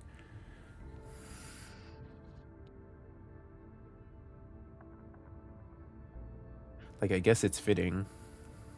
Honestly, I don't think making fitting music, especially since these dudes have MSR. Like, there's no way they don't make good fitting music, right? I'll be clicking on something like this when they dropped whatever the contingency contract of this game is, and they just give us the most insane banger song that, like, goes as hard as we're used to. At least satisfy need or league country fan.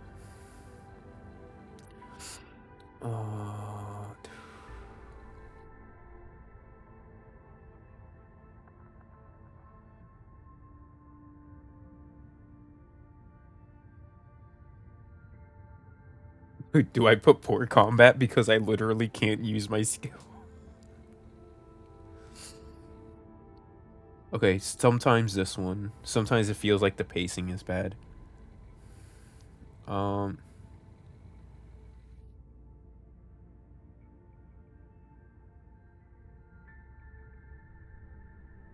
This is kind of how I feel towards the permanent game mode that's in, more than the actual map. So if this was on the other thing, I'd click that, but yeah.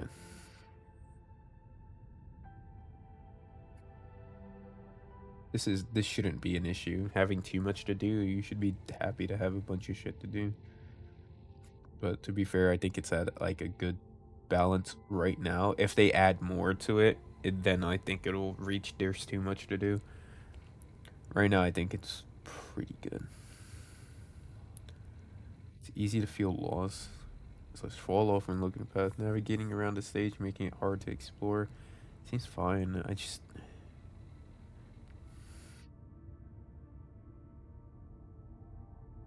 guess this one, it's the deliveries on something. Like, the voice acting seriously needs help right now. Or maybe not seriously needs help, but it needs help. Like, there's just sometimes the delivery of lines are not good. Like, Chen's fine, then Depan is not good. Most of Depan's voice lines might need to be looked at, and they need to send the dude, like, the cutscene that he's voicing, because it's so off. Because I think they just kind of give them, like, a general idea of what's happening, and they don't really let him see the moment, or they probably don't write, well, I think this one's more obvious. They don't write out the sentence that they're reading the same as what we're reading, so you sometimes just get a line that's completely fucking different.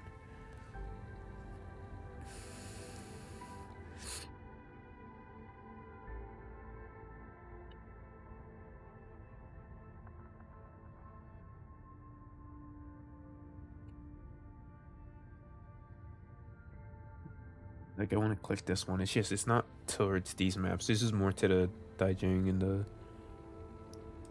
other thing. Combat. I'd say, like, I think they did a good job with the combat. I think it's totally fine where it is now. I'd actually say this is a 5. Especially after the shit that I just pulled. This is good. This is good. Do not add more effects. The visual clarity is, like, basically perfect where it is right now. I think they could probably remove some enemies, because sometimes there's just some things, but it's like in a good place. I don't know. They could probably remove a few enemies. It's super depending. It's not like every area could have some enemies removed, but I don't know if I'd say it's comfortable.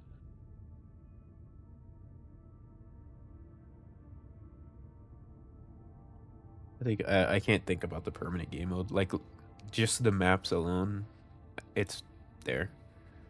Strong sense of control dodges. Yeah, again, after what's that? I love this.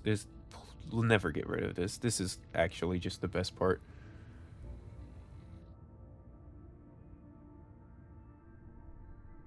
Effective tacticals. I've been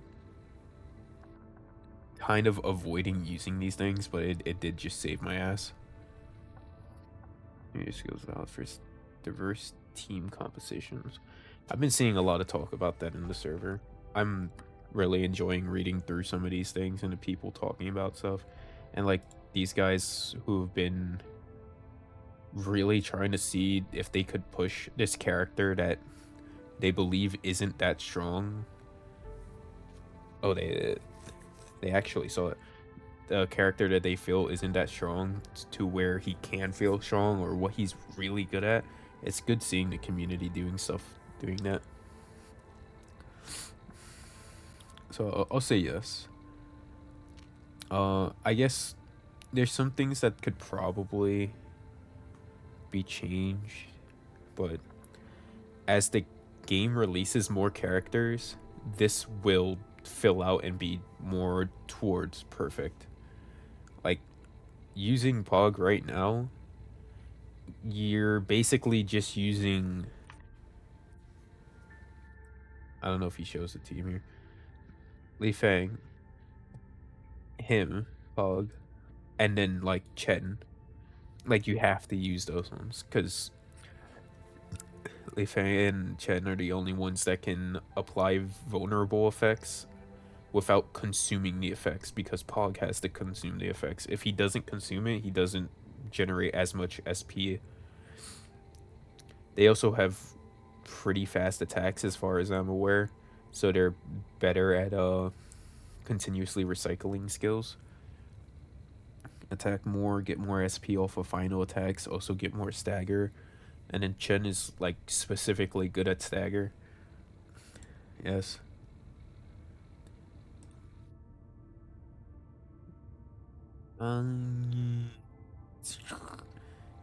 This thing right here. I don't like how this is phrased. Innovative combat design. I guess like I haven't really played much games like this. Again, like I haven't played something like Xenoblade. I think the like shared SP is actually kind of hurting. But I think that the only reason it's really hurting is that sometimes SP generation feels pretty bad. It's slow without a Vanguard, but then with a Vanguard, you're kind of building around the Vanguard. Like, I could probably put Arclight in the team, but then who do I replace, right? Like Perlica, who's supposed to be like another damage character. This Arclight is real damage dealer. I have to see how her combo works, because if it can actually replace Perlica, I totally would try it, because then it would have better SP generation. So far, most of these things I would agree with, though.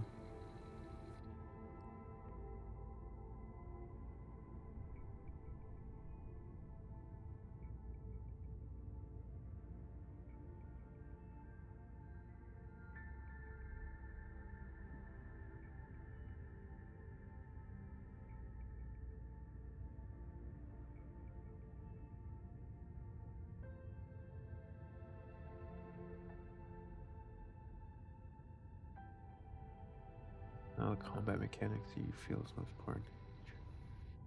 Yes. Yes. I forget we have ultimates sometimes. Really, honestly, you're saving ultimates for when the boss is like down and getting double.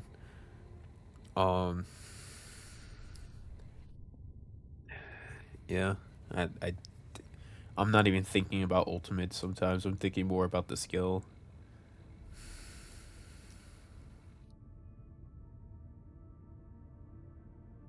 Suitable tacticals improve ability and energy. Use of dodge. I have to dodge so much right now. like when I get my 4 key back, because this bug will likely not last forever, and I might just reinstall the game and see if reinstalling the game fixes it, because I need that badly. I want that back. Actively speeding up skill point recovery. I need to build a physical team, and I have the 3 characters needed for that to basically be perfect.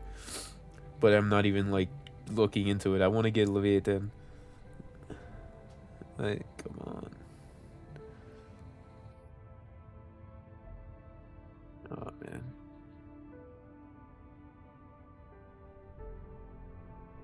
Actively switching to controlled operator during battle and adjusting battle tactics accordingly.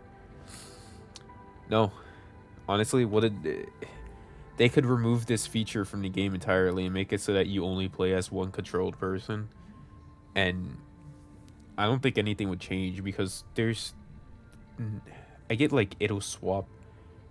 Like in that case, when I'm fighting the boss and one of my characters are low, swapping would just move the aggro over to a character, and hopefully they're full health at that point.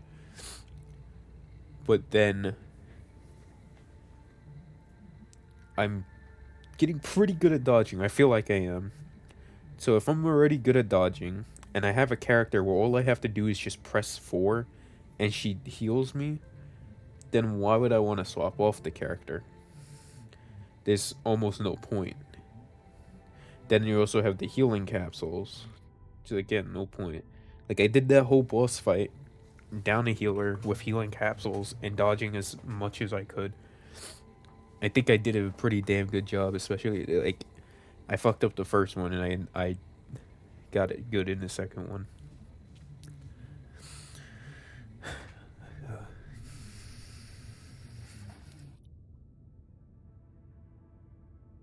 I'm not even using this stuff.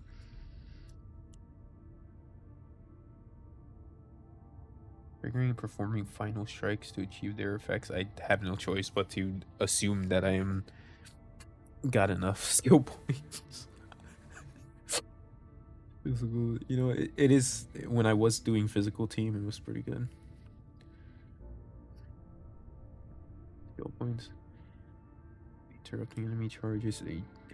I do like that. Fuck. I do like this.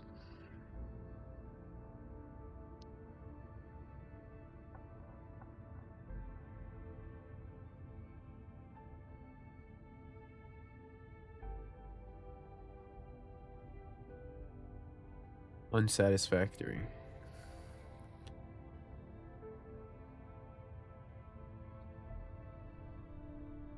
Okay. It might be a hot take.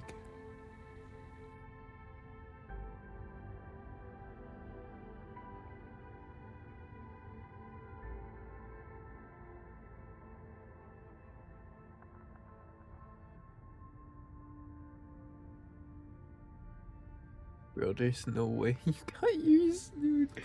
Bro, he's actually killed me twice.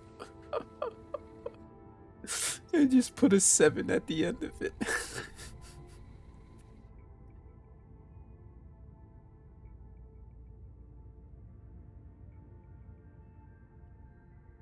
Which is pretty good at banning the bots, but not very good at just stopping them from coming in.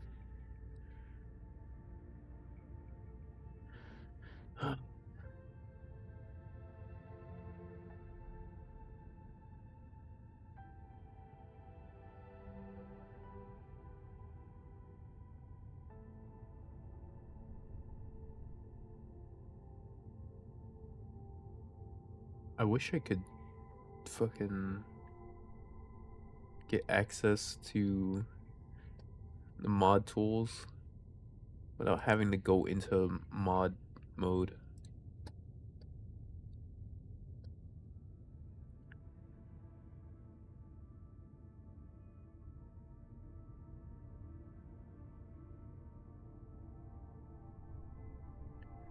Scams. 8 reports for scams. Hi.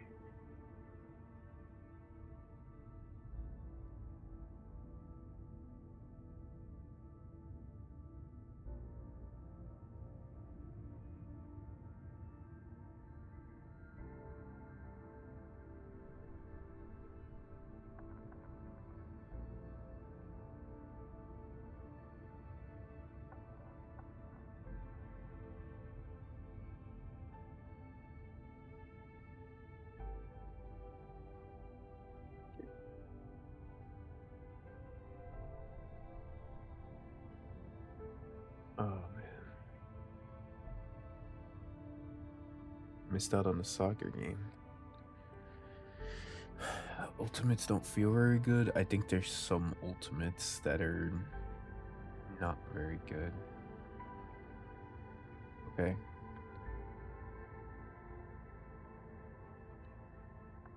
I think the thing that I have an issue with isn't on here yet.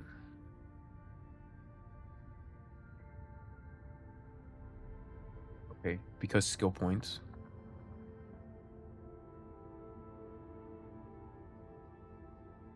Indicate. Okay, they do put it here. This, dude. Even with the indicators, I don't care because you know it shows a circle around you if you're not in range. But actual issue, sometimes they just feel really short. I get like you don't want to just give us so much range that we're always out of danger, but also you cannot force me this fucking close to the enemies, especially on like, damn, how slow does Wolfguard attack? I haven't even gotten to test him.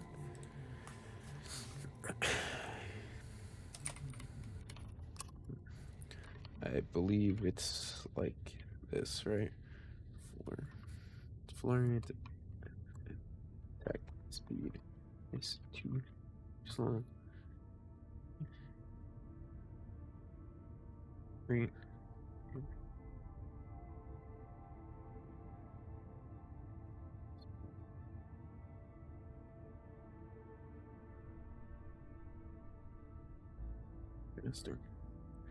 Because if they really feel like they don't want to increase her attack speed, then let her generate more points. Like Amber's final attack generates more than generates more and it attacks like just as fast.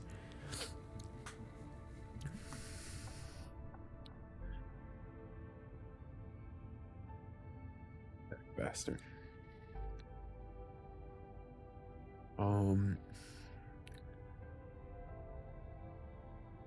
Since this is talking about combat mechanics.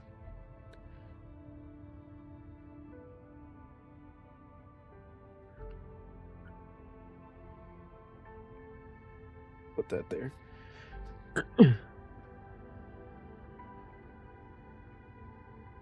Actually, I think I should probably put this in the ending thing.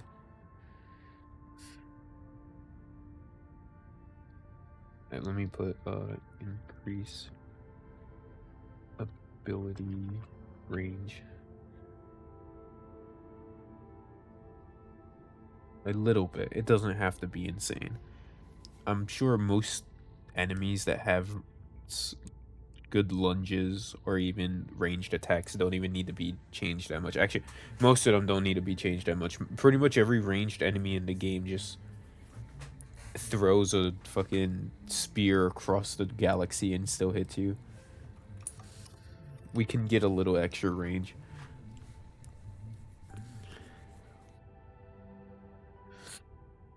I don't want to say ultimates don't feel very good because I don't use them that much, but it's very dependent. I actually really like Pog's ult aesthetically and the way that it works.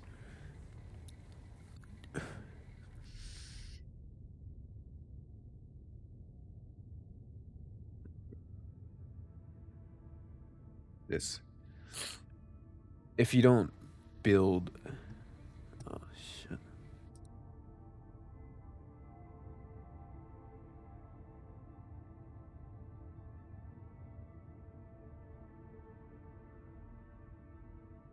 I wish Moobot was better at detecting this stuff. I think I can probably...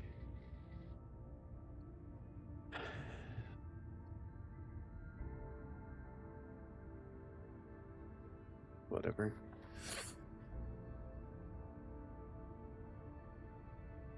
More experience with battle skills. What are your main reasons? Wait.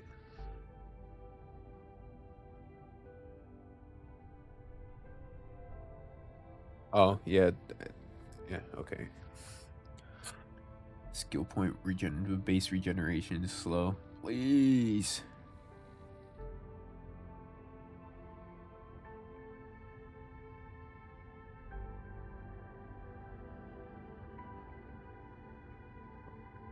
Is that an actual thing?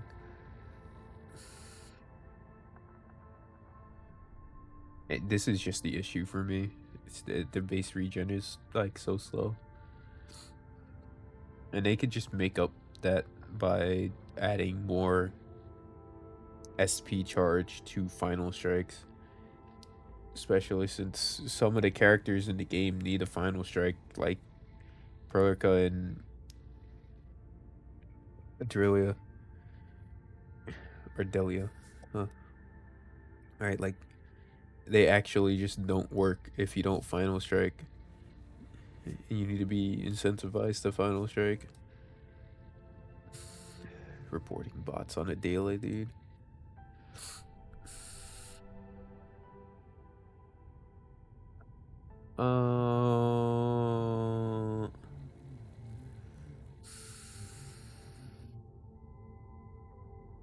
Okay.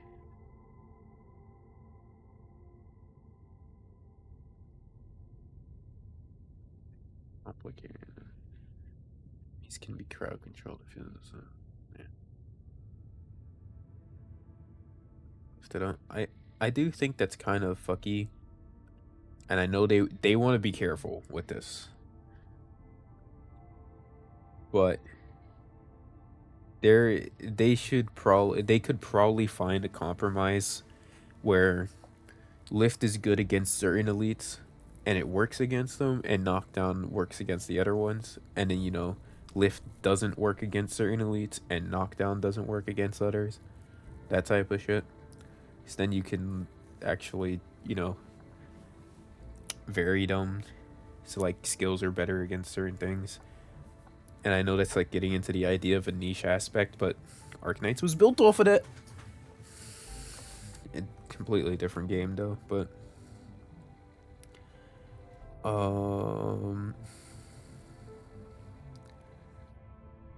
this sometimes I think like early unless you specifically want to get into a physical team and you happen to roll Pog and you happen to roll Li Fei, right?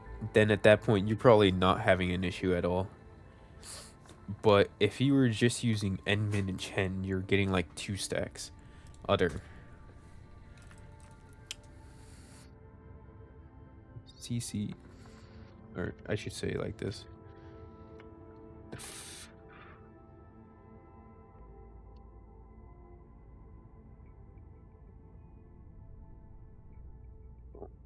Good. Why? Without or with first stack. I don't get why it works this way. Your first vulnerable stack will not CC. This is spelled with 1 L. The crowd control should not be just... This costs SP. It costs me SP to use this fucking skill. And I have to use the skill twice. You start battle without the gear that gives you 50 SP. You start battle with 2 SP bars. And you expect me to use 2 of them to apply a crowd control. And then if I don't have Pog or some other Vanguard, I'm basically just sitting there with no skills now. So yeah, they should make the crowd control effect on physical skills actually crowd control, instead of having to do it twice.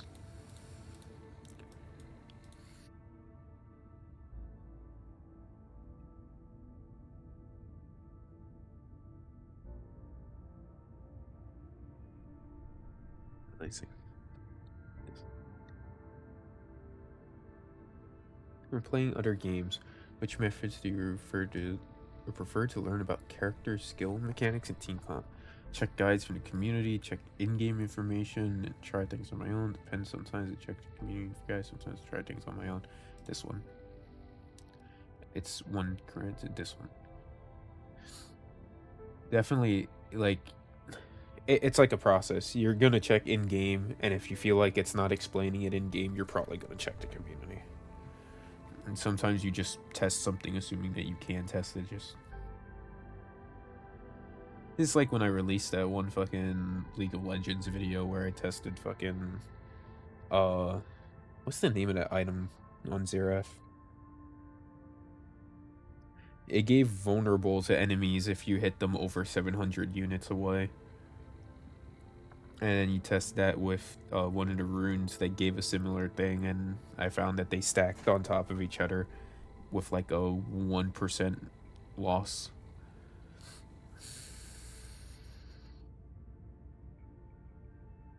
We tried changing team comps. Yes, technically I have. Character first. If first select the character, main DPS, favorite character, high star character, etc.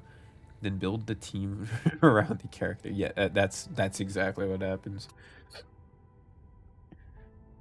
See, I wish I could hit both of these because this was basically the first thing that I thought, hey, let me get the character that I like, and then this was the second thing that I thought. If there was a both option here, I would hit both.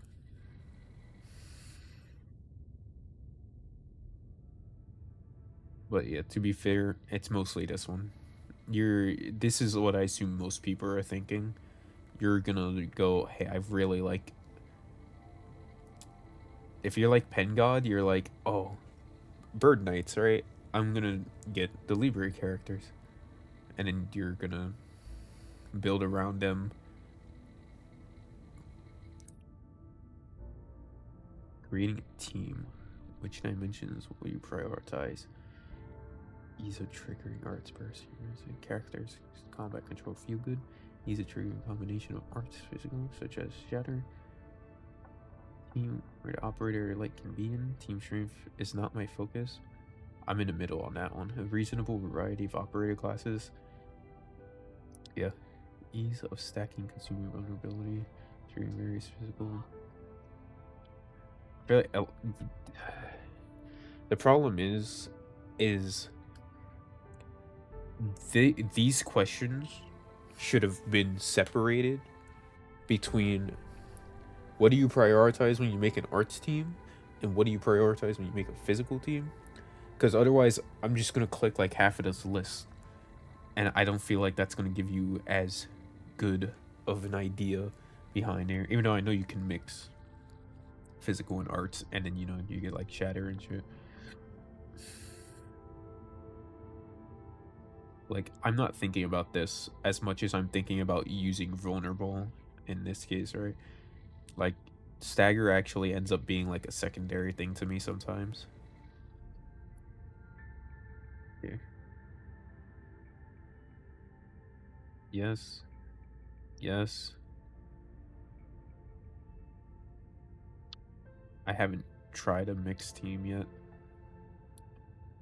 Yeah. Well, the thing is, it says team strength is not my focus.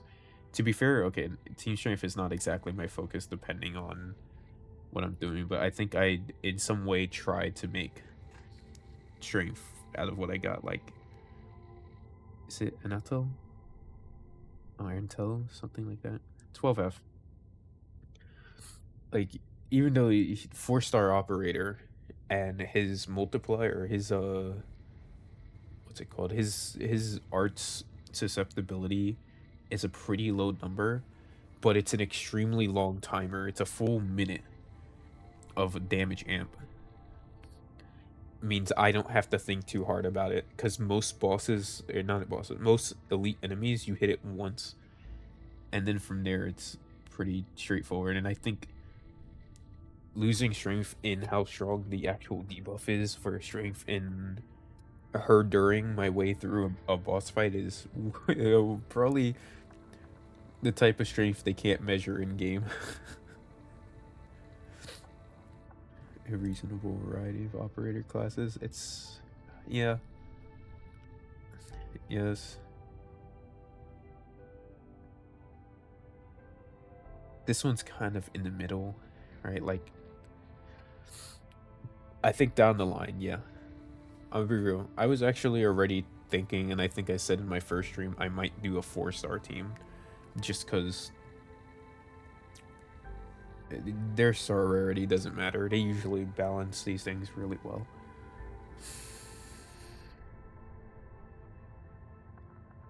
Combination operator mechanics. Minimize the use of skilled damage above. Yeah, reasonable variety of melee range. I don't really have a choice on that one. That just happened.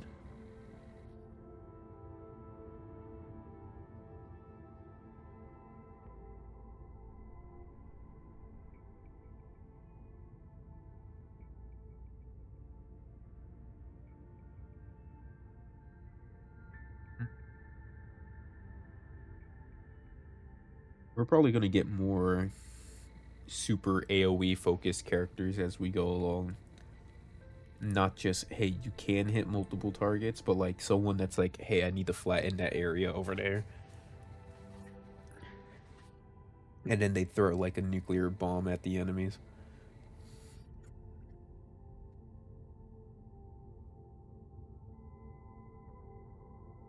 Kinda.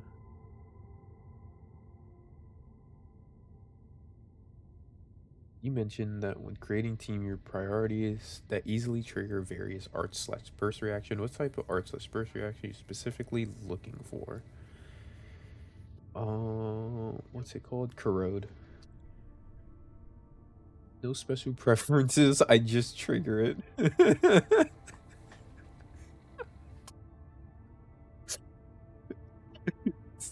Fuck it, we ball.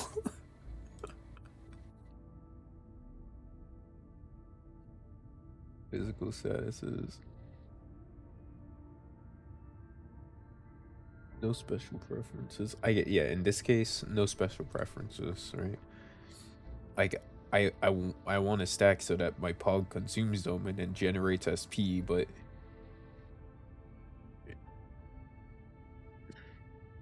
no special preference. What best describes your explanation for operator team compatibility? Teams 2 to 3 operators that work well together can trigger each other's combo skill/reaction is enough. All 4 operators have skill and talents is perfectly compatible. 3. Your 4th slot exists to be a flex slot where you can take one of your weaknesses and then try to eliminate it or ease it. In this case, Perlica and Antel or 12F are quite literally the core of the team, and Ardelia is just like my healer. And what she does is nice because she's also got a damage amp, but her damage amp requires you to use her skill, which takes out from doing a combo. And if I'm not dying because I'm forced to get good at dodging, then there becomes less need for healing. But then also, she's kind of just there at that point. But yeah, to be fair, she's kind of just there for the healing if it gets bad. Like, it's in a weird spot. We'll probably eventually get a character where... Oh, so her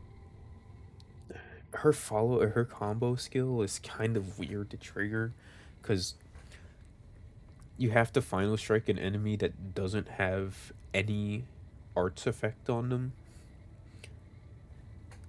So sometimes you just don't get her combo at all.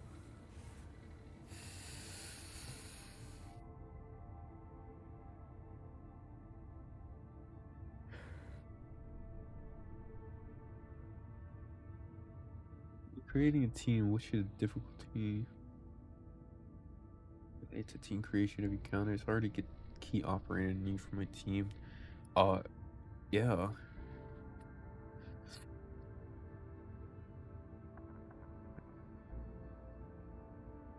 This is like kind of true. I'm gonna be real. I don't know if in their mind they thought having phrases like electric infliction meant that they're supposed to be a DPS. There's so far one character I have that's called, or that has the tag damage dealer, and it's the pan. And I'm gonna be real, I'm not leveling the pan. That motherfucker's saying E0 level 1 for the rest of his life. So honestly, they could probably cut the fat, take all of the ones that say like infliction, and honestly just fucking either turn it all into one tag and make it like arts infliction, or just get rid of it, because someone's going to immediately assume that a caster whose nature is going to be a nature arts infliction character, right? Like that's just gonna happen. They're going to immediately assume that by nature, okay, fucking pun, unintended pun, by nature of the characters having that element. So the tag's not needed. If they're intended to be a DPS, it's better to put that there than to put infliction. I love thinking out loud.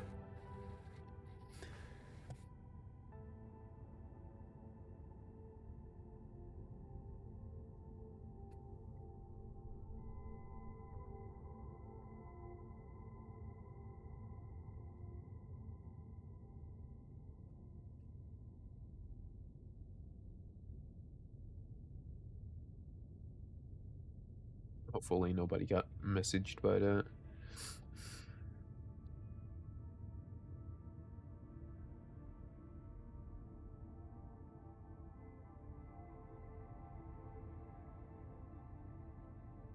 The operator of my perfect team is not in any headhunting banners yet, such as Cryo Vanguard. I thought the dude was with the fishing pole was a Cryo Vanguard. Oral combat mechanics quite complex. I have yet to master them. True. I'm not even gonna lie. Real. Operator skills and talent descriptions are too complex. No, actually, I would actually like to see them get more complex. In fact, sometimes I think they're too simple. But since they let you see all of the modifiers in the skill screen, honestly, just keep it the way that it is now. If you actually care about looking at the modifiers and seeing everything like that, and being a nerd over the numbers, they have the numbers. It's in the skill screen. Outside of the skill screen, it's just the brief descriptions. But honestly, they're fine. Totally fine the way that it is right now. Too hard to read and navigate.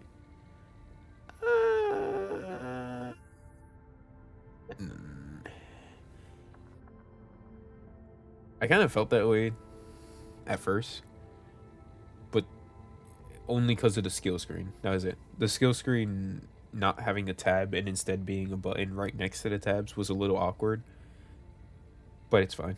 There's nothing wrong with it, honestly. Like the moment you know it's there, it's there.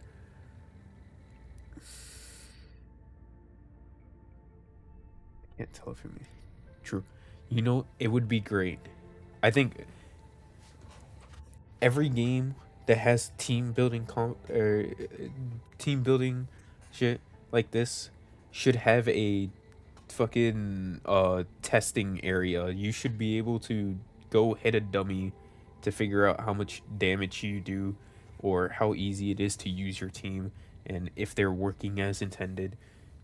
It also is great for the community because if something's bugged, they can use it to figure out how the bug is triggered or if it is bugged to confirm something, to confirm numbers, and it makes it easier than just going over to run at a boss and then like trying to see if you can test properly on a boss or an elite, right? Like it'll just make life so much easier to have one of those.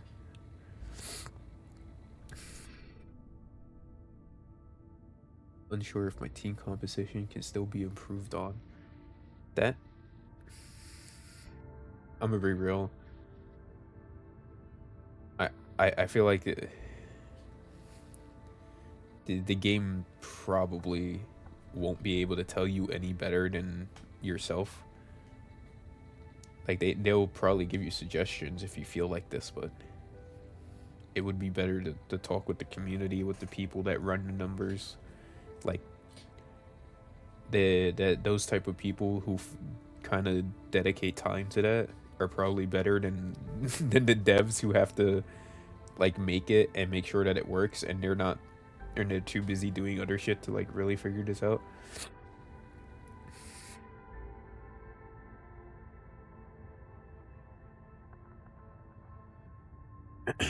Actually, I won't put this into other review mode.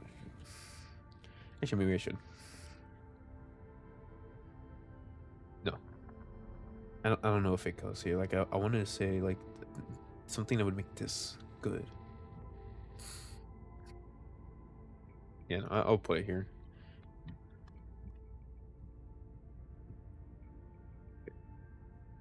Add a... What the fuck's happening upstairs? Test dummy / test area.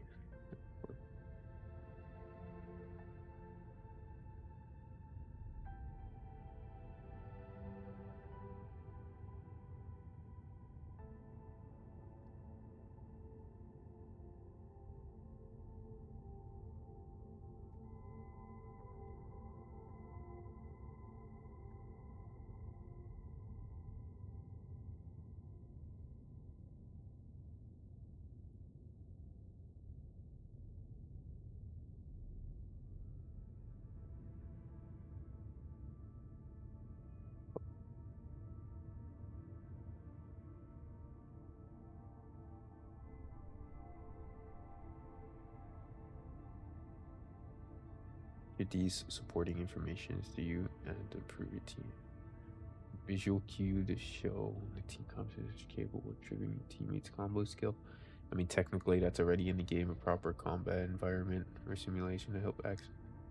Bro, I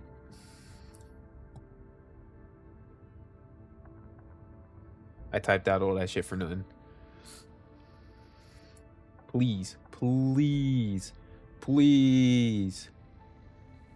Clear operator description tag. Recommend teammates for operators. No.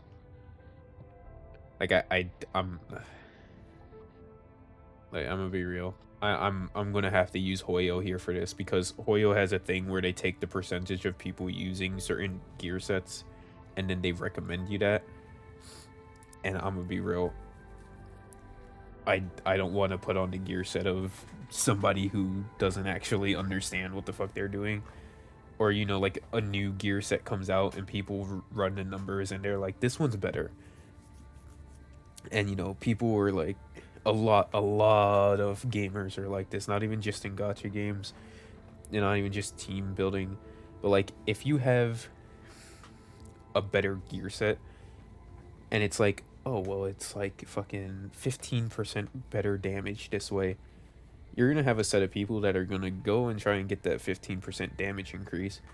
But then you're also gonna have the other set of people, which is the more of the majority of players, who do not give enough of a fuck to go build a new set. And Hoyo experiences this because there's a lot of support sets that are better than some of the shit that they recommend, and people just don't go to build it because they already have one, and they're like, well, you know, since it works, there's not really any reason for me to go and grind a new set. And to be fair, grinding new sets in Hoyo games fucking sucks.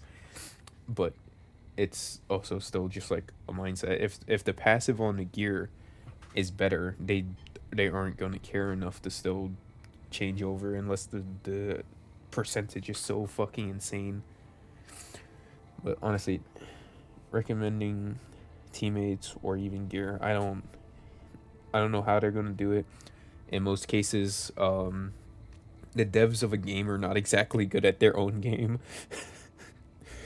There's only a few games out there where like the dev of the game is like legitimately good, and they also make a good game. But I think in this case and in a lot of other cases, I'd rather just allow the community to have that guy that does too much running numbers and let him just be the dude that everyone goes to ask the questions to, and then let the devs focus on the game.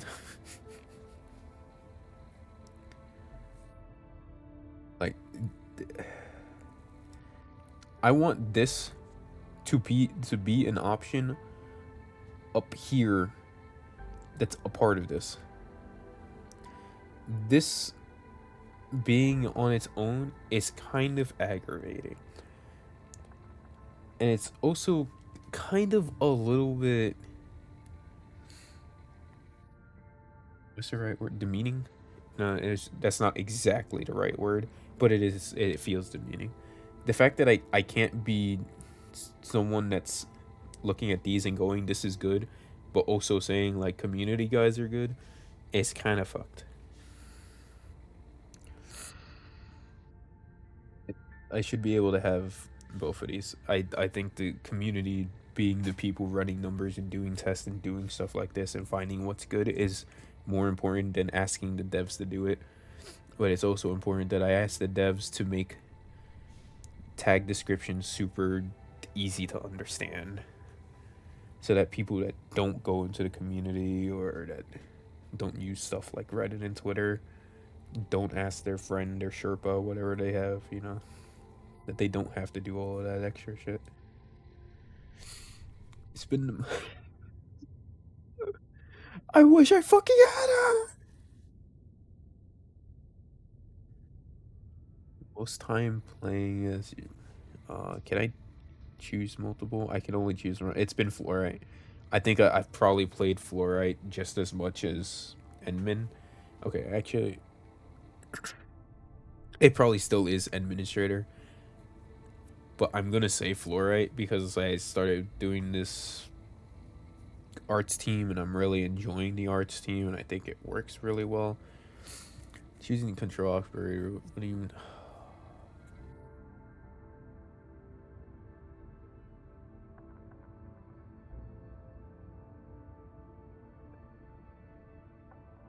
Okay.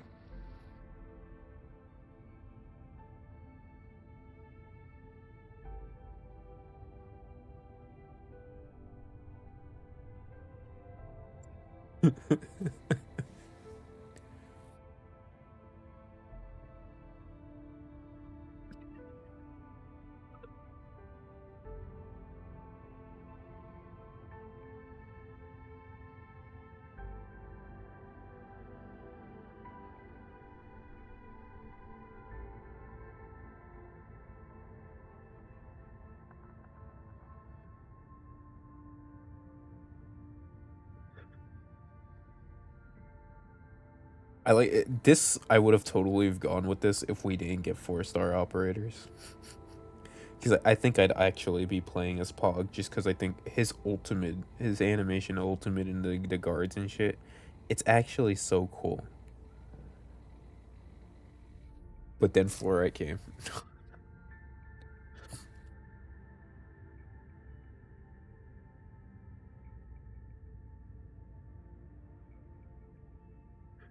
How satisfy your teammate interactions and behaviors.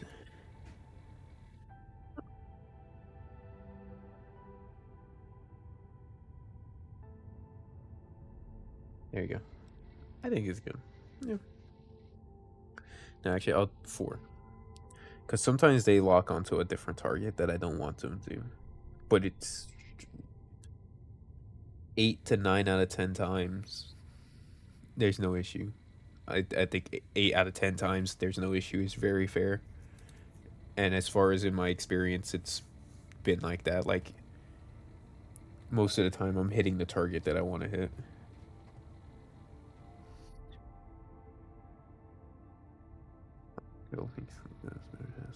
Teammates casting skills during battle makes them worse. Really fighting as a team.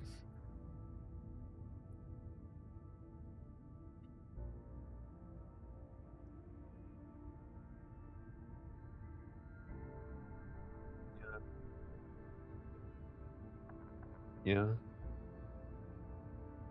I didn't even know that they do dodge. But you know what, that explains why they're not dead all the time.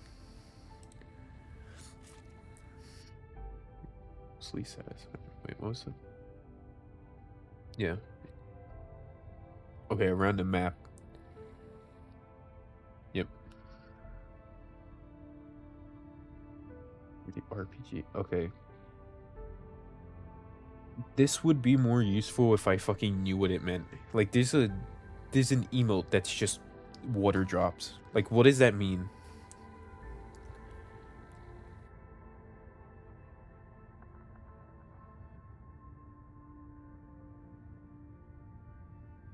Yes.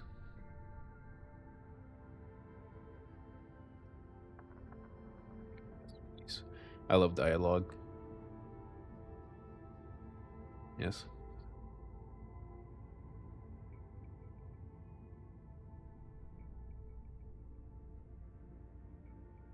Really run and follow my character and do not get stuck.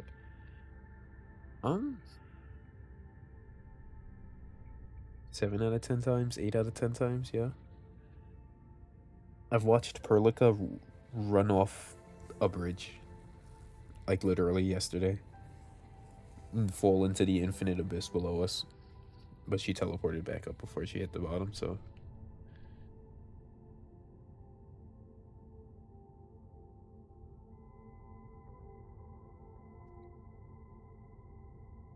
Yeah.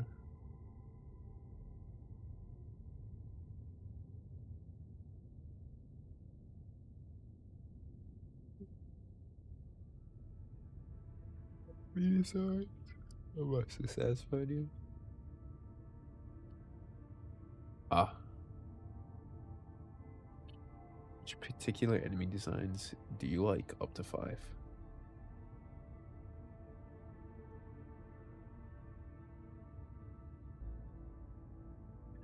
That's what it's called, a sentinel? Okay. Okay. I have to click this one to scare off all the XU players. Fuck these guys.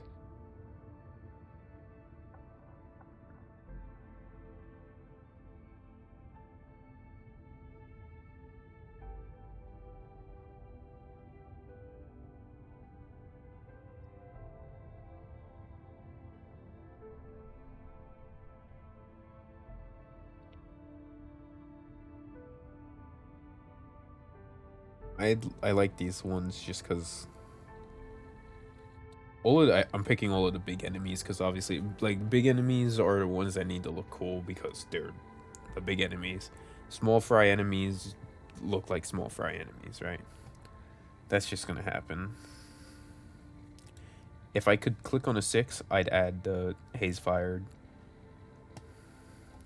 This one I'm adding just as an Arknights player. I love seeing the enemies that we had in the past like reappear here, assuming that they can, and seeing them in the new 3D world. Combat effects are great, yes. I like how they look.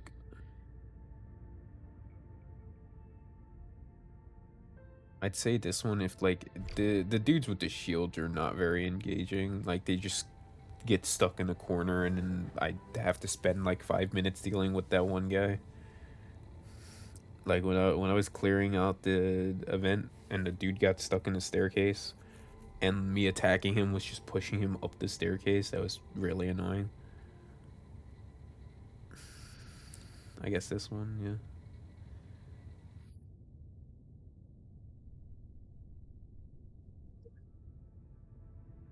This, like...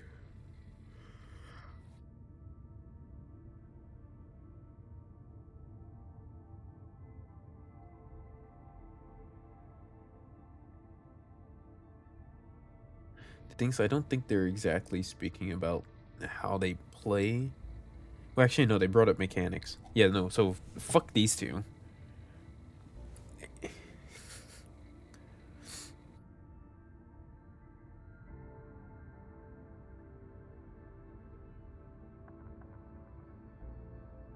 Yeah, no, fuck those two.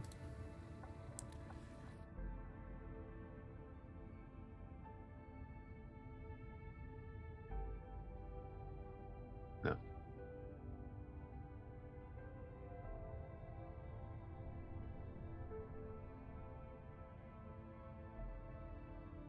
Yeah, no, dude. Like, the mechanic of the infiltrator is you have to use a skill to stun them. You can't basic attack, and if you basic attack, they just dodge it. And it's like, guess who's running out of SP?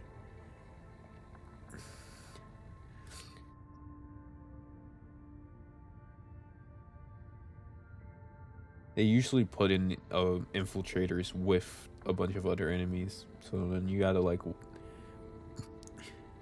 watch your SP. But mostly, like the shield dudes, they're probably worse than the infiltrators, just because I think they're not supposed to randomly get stuck on a wall and then just be unkillable. Not even unkillable, but you have to stun them at that point. I don't think it's intentional. They're super boring.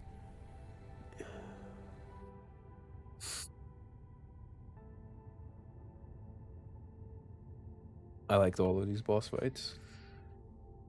The last one, I think, is amazing. This is like really, really good. Really good 2 phases.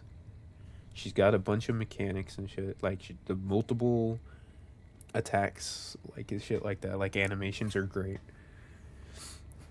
You like it when the boss isn't just 2 different attacks. Like Diablo needs to take a fucking note from this game. And these 2 can go on 4. I think that's fair. Really good first boss again with having different attacks and shit, so it's not just a 2 fucking trick Andy. Kind of in the middle of them really is, but you know, there's no in between. So really good early boss, really good like mid boss, and really good end boss. This one's, compared to these ones, are way better.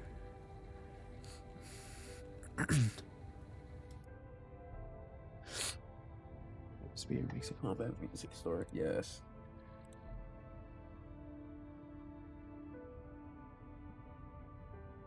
I love what they've done with like when a boss comes in, you get their like title card. Oh man.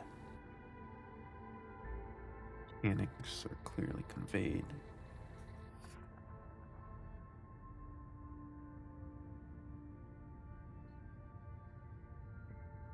Clearly it's too easy.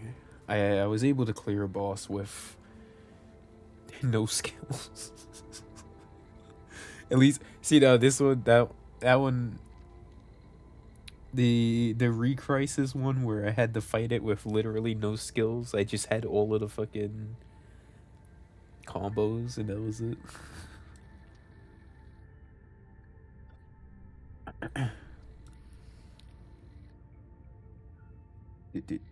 Yes. Yes. Okay. Like kind of. This dude's skills are really fast. You have to like immediately fucking zap him out the sky once his charge starts. Like otherwise you're fucked.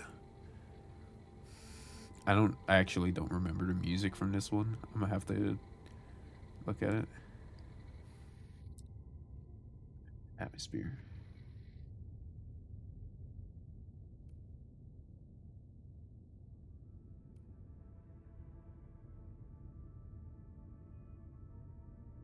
I think I have to hit everything on this dude.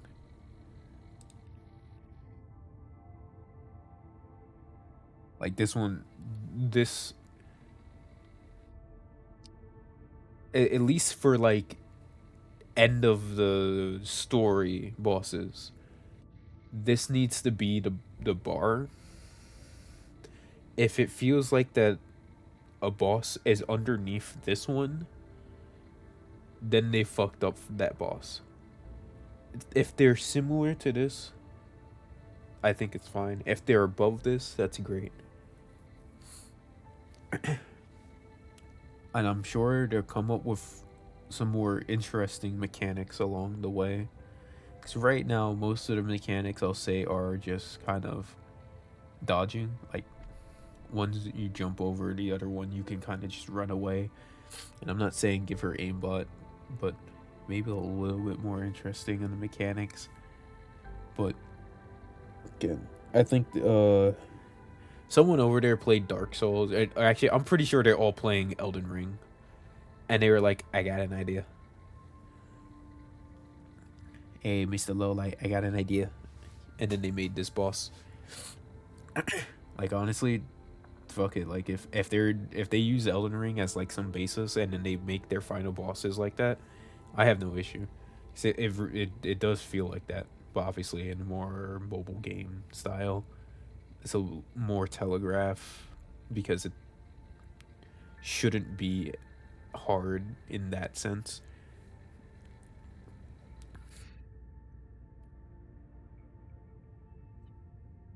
What is your preferred difficulty level when fighting these enemy types? Elite enemies on the map, bosses in the main story, bosses and high level challenges. Okay.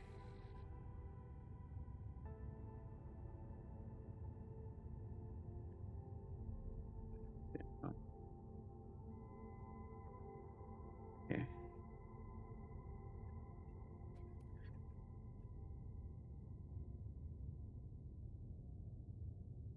It's a good thing this starts at Elite. Because I think it should be here. It should actually just be like this. It should really just be like this.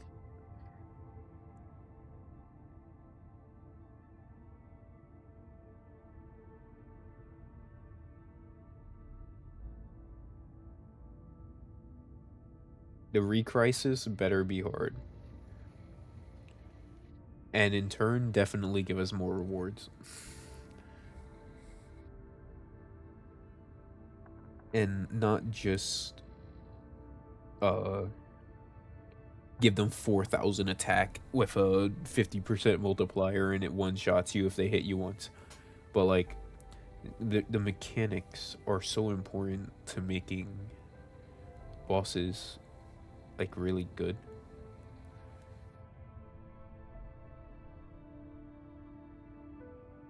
Giving them something unique. Or, you know, they could reuse some mechanics and I think people wouldn't be too mad unless they just like constantly reuse it. But like if they decide, hey, we're gonna bring back the Rodon wall where they're charging up an attack and you need to get behind a wall, no one's gonna really get too mad if you reuse that at some point down the year. Because there's gonna be a point where coming up with new mechanics is gonna get hard.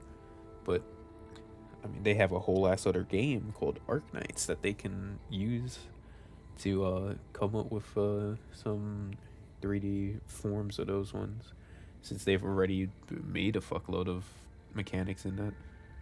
I mean, shit, the Londinium cannon's basically already in the game. I think this is fair. Like, if there is an in-between, I could totally click the in-between of these ones, but the main story, especially bosses, like, should definitely be a progression check where if you're gonna fight a boss, you should be preparing yourself. If you just walk into every boss the moment that you get them, you're just asking to get your ass slapped. And then the Recrisis should just be hard.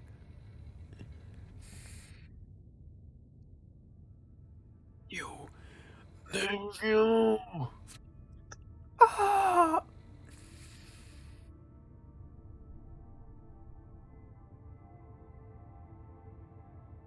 They have both.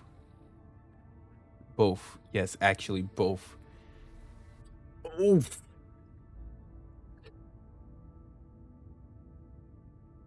I'm asking for a lot. Learn more about your opinion and feedback. Stage to desired exploration gameplay. Oh my god.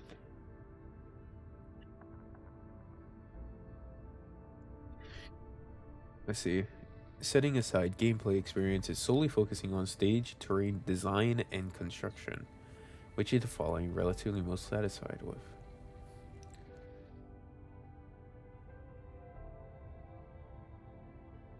I like the power plateau. And in this one, I wish this was multiple choice because I'd click these two. I like that the quarry uses the super crane to actually get around the map. I like that the power plateau has like simple but effective conveyor belts with the steam things, and you have to use the parts on the conveyor belts to get past them, where they just add a little bit of something to the map, so it's not just walking around until you find the shit that you have to do. These two are really good. These ones up here is just kind of walking around until you get to the place.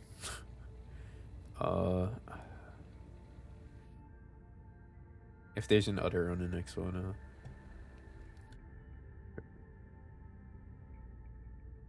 then app layouts.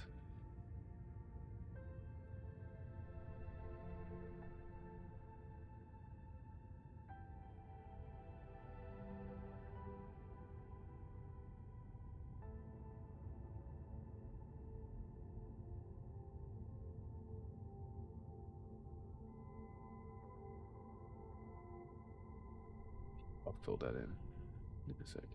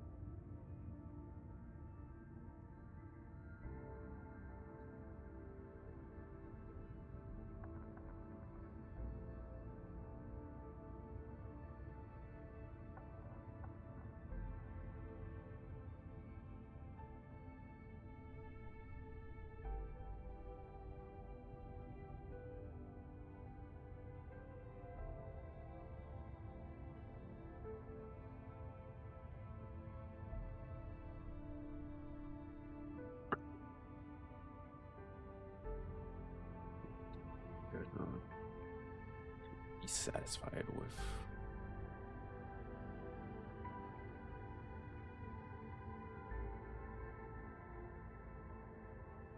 I don't think there's anyone that I don't feel bad about. I don't know. I'm probably gonna neutral some of these, but I kind of already explored like these. Well, this one I shouldn't say. I just got to this one. I'm already very willing to explore it. I've done some stupid shit in the quarry. Okay.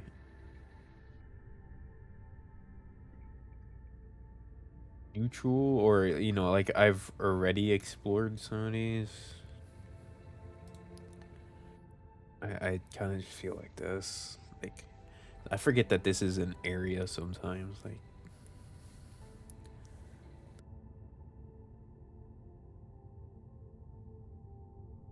I just really like these two more than like the rest.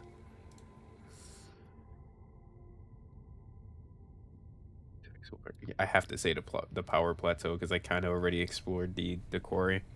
There's still more shit that I need to grab, but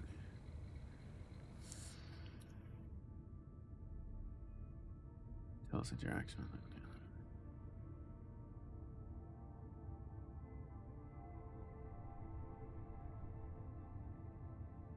That helped me with the query. I like the shit going on there. Yes. Details really is a large story. I need to collect more stuff. I think this is actually probably better than say the theme, but structurally complex from many layers. Please, please.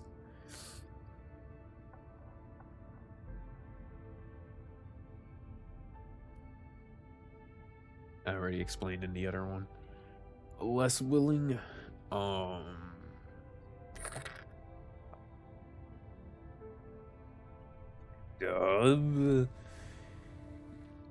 I kind of already went through it.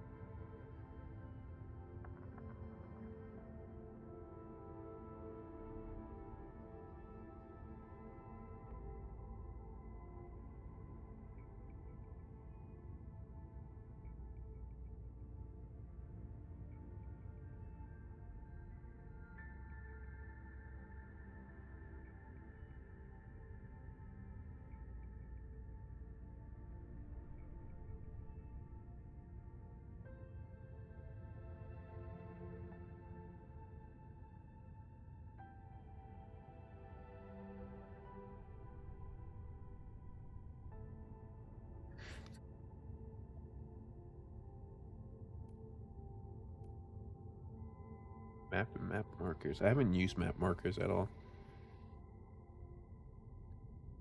I don't have any issues with the map so far. Actually, wait, hold on. Maximum minimum zoom levels are not appropriate. Unlocking map fog is not intuitive. Like, kinda. As it goes along, yeah, sometimes it's not. Right.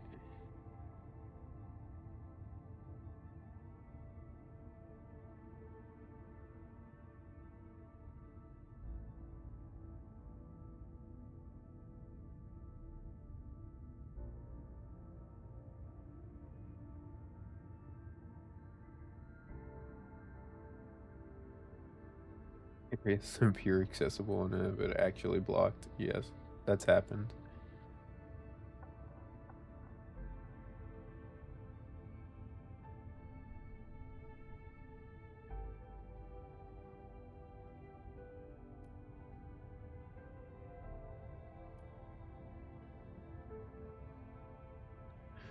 Yes, it is. You know, gameplay. Which of the gameplay mechanics do you feel satisfied with? Destroying small dense stacks with explosives. We like explosives. Eliminating active blight. Yeah, the explosives are kind of crazy. Using iridium branches to survive shockwaves.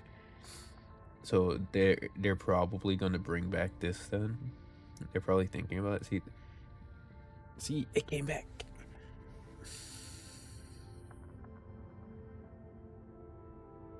I like all this.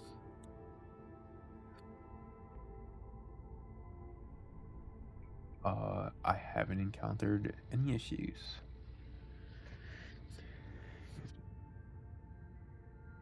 Counter someone is progressing quarry rescue? No, I don't think so.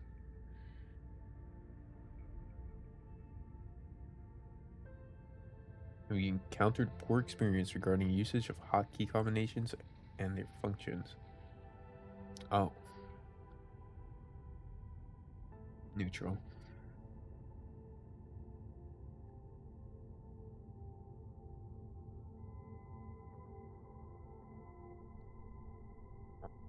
AIC. Oh, I'm enjoying the AIC a lot. I think I have to like 5 that.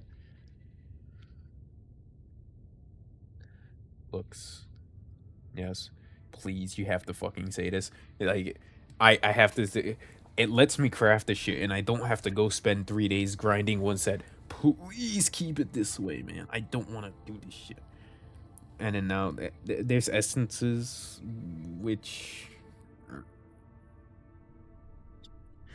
like that might be an unfortunate necessary evil because you just set up a bunch of turrets around the thing and it's basically farming artifacts for you. You don't got to do too much. You kind of just sit there for a bit.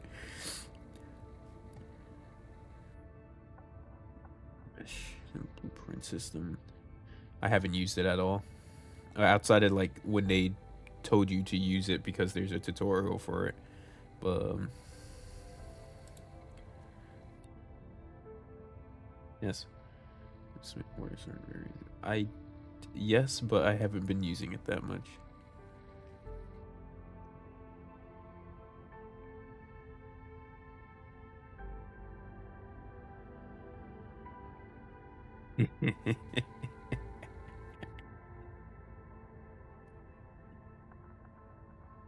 Primary goal.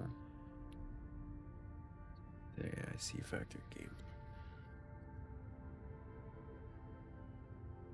Boom.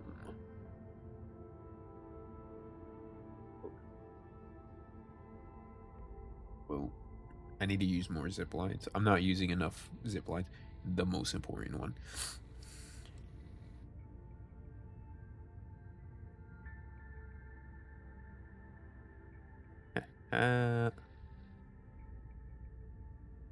As of now, have you expanded / rebuilt your production lines? A lot.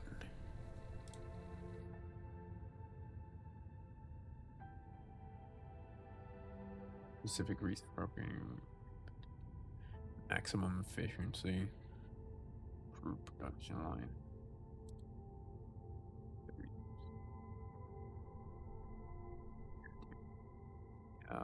I'm gonna have to do it again because I need to get more high tier stuff for literally every reason. This is kind of all of just the important shit of why you tear down and rebuild your factories. Like everything on here is so important towards doing that. It just leads into all of them.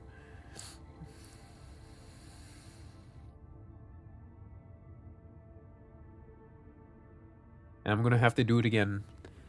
And then in the future, I'm gonna probably do it again. In 3 years from now, I'm probably gonna do it again. Because they're gonna add in some new item. And it's gonna revolutionize the entire AIC. And then I'm gonna have to rebuild everything again.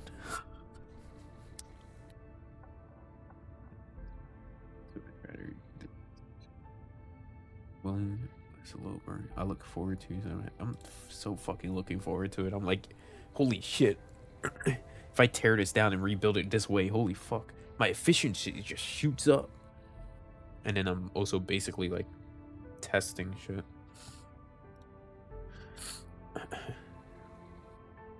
Simulation feature, it's pretty good. Yeah. I don't care about the blueprint.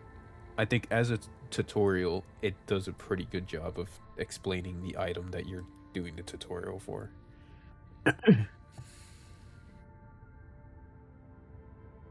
Yeah, I guess that leads into what I'm just saying. Yes.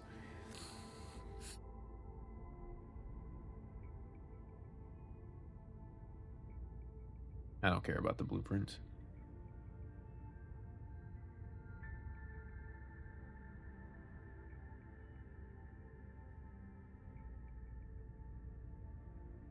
Which of these outpost functions are you aware of? They provide a new ways.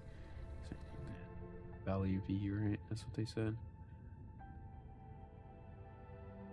Valley 4, so the main area, right? Or whatever. The pack. Let me engage in outpost.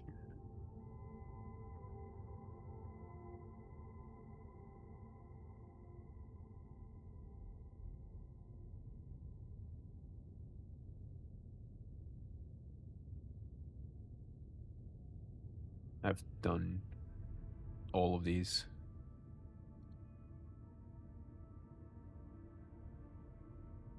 Yes. Oh, there's no independent. Yeah, right.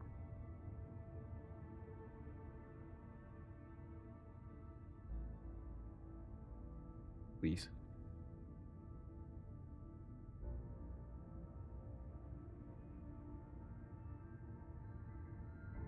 There it is. Okay, will they make it so that we get an extra port? We'll see. It's gonna sound weird, but I actually wouldn't mind that they expand most of the facilities to be like 4 outputs. This is an OCD issue. I hate that you can make a thing and then it's fucking uneven. And the reason it's uneven is because all of the facilities are 3x3s and you can't line them up properly. And there's a lot of the time nothing you can do about that without just putting a unnecessary space between them. And I'd rather have more outputs and inputs than to take one away.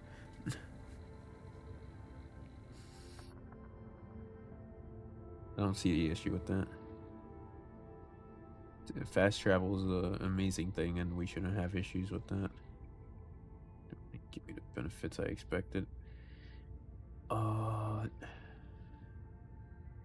Kinda. I'm probably thinking of this in a different way. I think we should be able to choose where the wall goes. I might have to put that into other.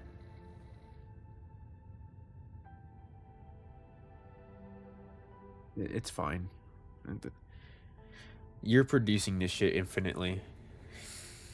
The costs don't matter. If it takes an extra day to make the cost and shit, I don't care. region development to acquire character progression resources. I like it.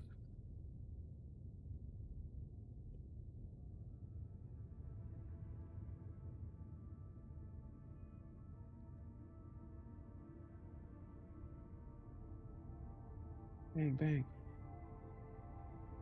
Bang. Bang. Bang. We love assembling gear. Actively engaging. I'm building batteries so I can trade more for more money.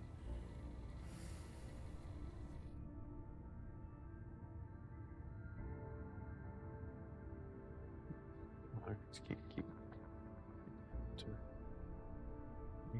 quite complex and difficult to understand at first. The UI interface and not intuitive. Had to and oh my god.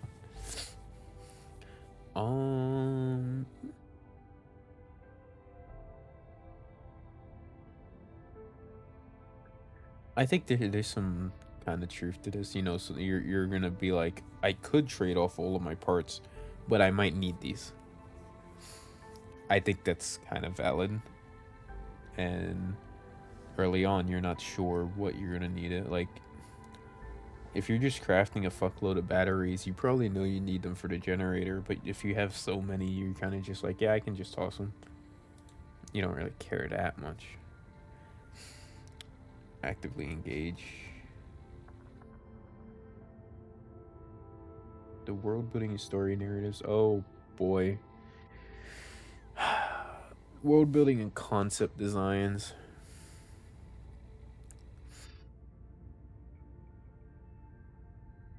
Talos 2, Enfield Industries, the Landbreakers, they are appealing. They're appealing.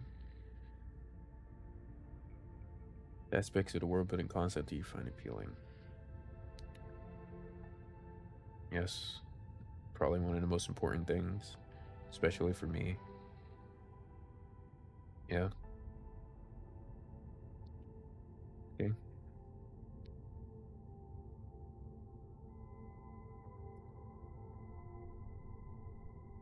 Conflicts between factions, Landbreakers, Enfield Industry. Yeah, he's like kind of in the middle there. This is, to be fair, I think they should reference the Terra, and they do reference the Terra when they can. But it has to really feel like we're not just... How do I even phrase this? Like, Talos 2 and the story that we're going to get out of Enfield needs to really feel like its own story. So I like referencing to Terra. We like talking about the things that happen on Terra. I just hope that they don't make the discussion in an event or an upcoming story in the main story like focus solely on Terra. They could probably like be like, this is an enemy from Terra, or this is something that they dealt with, this is like a PRTS level threat comes from Terra and it comes to Talos. I'm fine with that. But if we get an event where it's just us talking about Terra and all the shit that happened on there, then now you fucked up. So I want the connection. I want them to talk about Arknights and give us the lore, like what the fuck happened that we got to hear. But as long as they just don't make entire events and shit around that. This...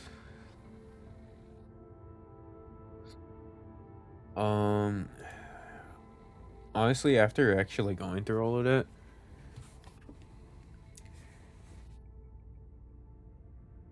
I don't really care as much. If anything, I think the actual issue is that we already went through this with Doctor. Like, Doc and his mysterious past and the sarcophagus, and then they kind of just did it again.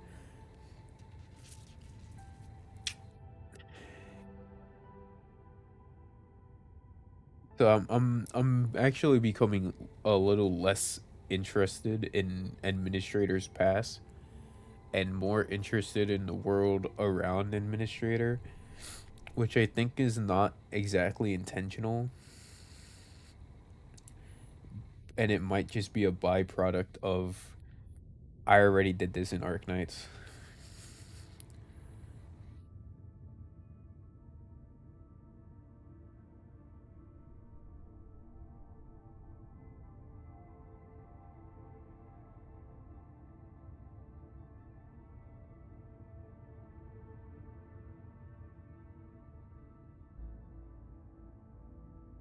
I'm gonna put it like this because I feel like there's a lot of stories that I haven't read from Arknights.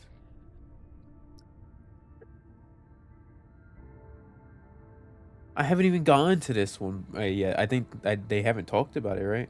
Have you found and read the Nexus files, recoverers in game, and learned about them, or learned about them by social media? Well, unfortunately, about it by social media. The concept of them.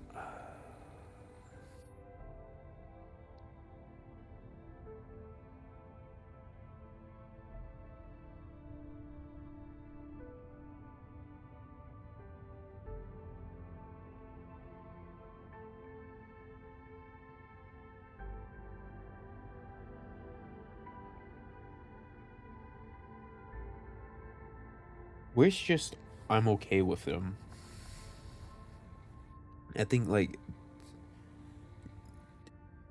I feel like can I say I don't really feel anything? Like I'm just okay with them. I guess I can put happy on this, right? Like yeah, I'm glad to see the Arknights operators in the 3D space, but they're kind of just there for me.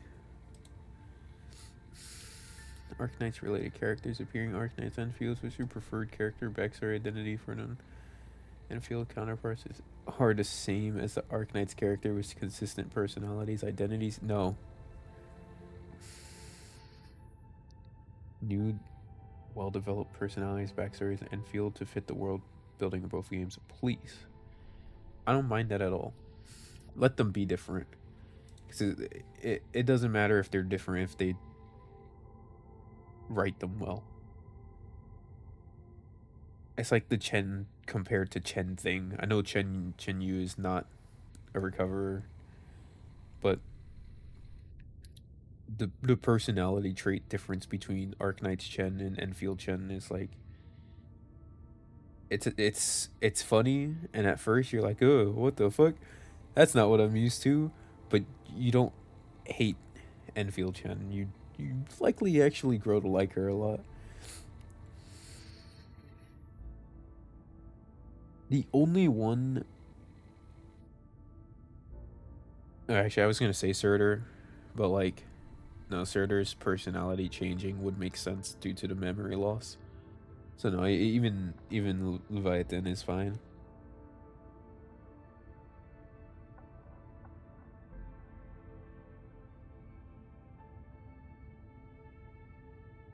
I want them to be different though. I want them to be different. Have appearance designs that are consistent with Arknight. New character create and design new characters that are related and have appearance designs elements based on Arknights related. Was there one multiple choice? No.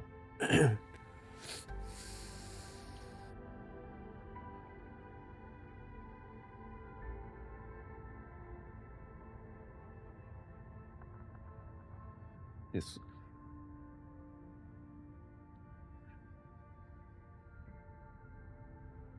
there's like there's a weird truth in all of these.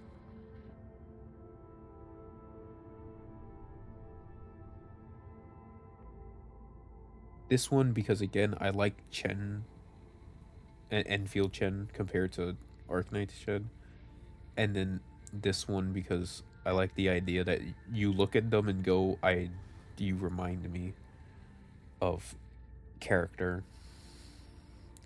But I also really like that we have like the other ones that we have. I don't know if I want to say consistent, because I would also like to see them in new outfits.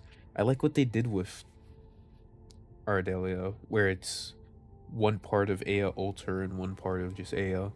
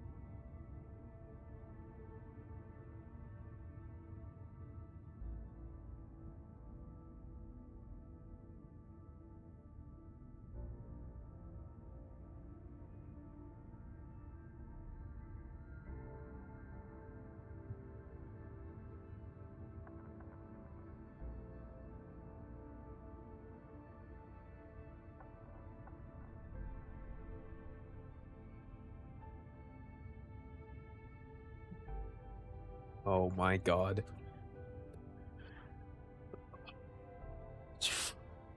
My ass is about to write a fucking list.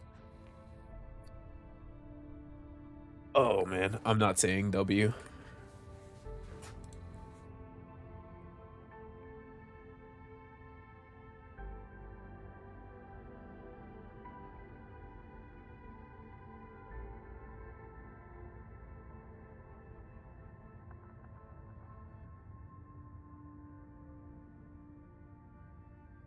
Alright.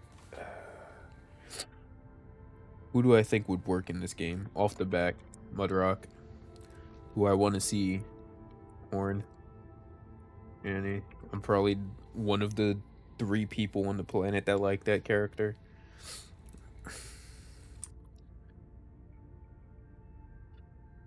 My ass is about to pull up my Arknights account. Do I write a list or should I just keep this short?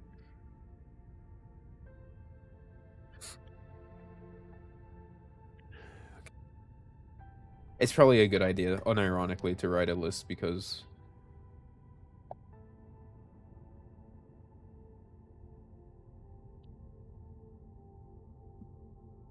there's going to be a lot of people doing a similar thing, and if they can get a general idea of characters people want to see, then we'll get them. It is fucking...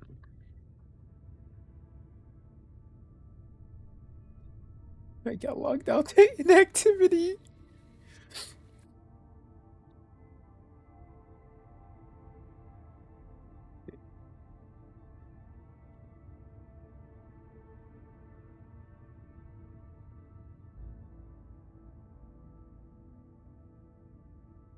Cool. Fucking crash.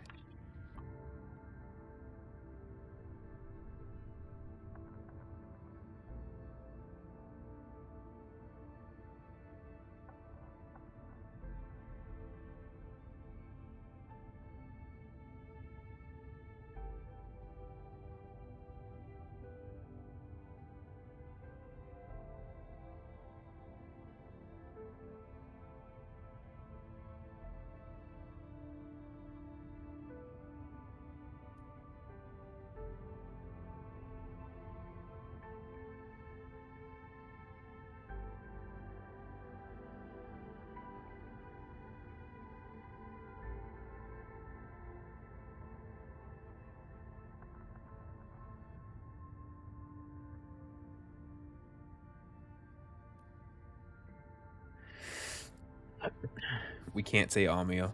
I really hope people don't fucking say Amiya. This is not out of some type of fucking Amiya hate. It wouldn't make sense. It's like, imagine if I said, hey, you should turn Doctor into an operator and then put him into Enfield. That would be so dumb.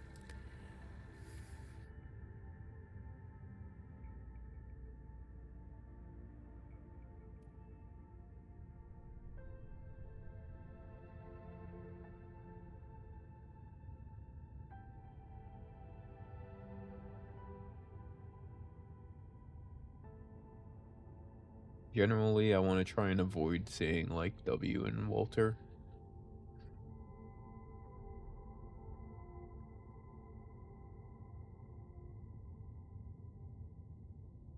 Okay. Basically already in the game, right? Do not say Exu. Exu Lemoin. Guys, we need Exu, please. Kaobi, Ifrit, Azarian, Lin.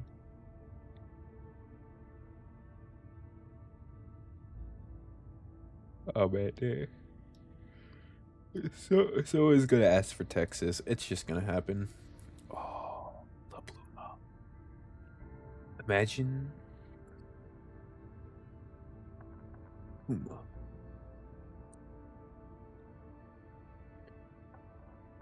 They add more birds into the game, bro. I had to throw this one in just for Condor. Caper. He's gonna ask. Caper deadass would get this dude stuck to the game permanently if they put Caper into Enfield. Like, he will not leave.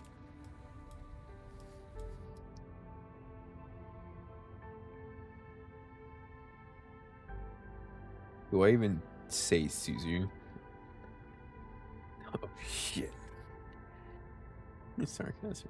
It's most of them people unplayable. Let's be real. Mudrock would be insane.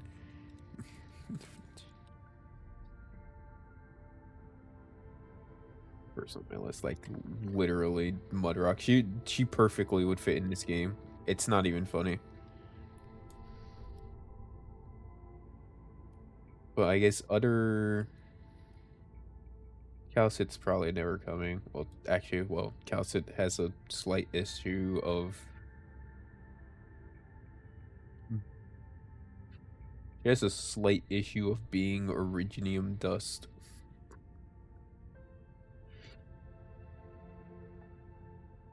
Blaze? Because, like, if we get Blaze... Actually, well, because of Blaze Alter, we totally could get Blaze.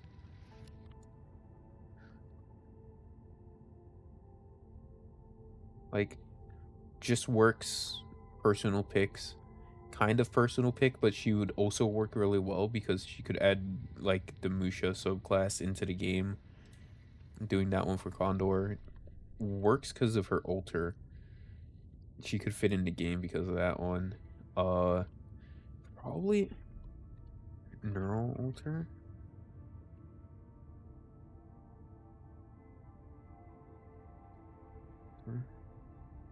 Neural Alter. I'm not gonna say Hoshiguma as much as I want to, because I'm trying to think. Right.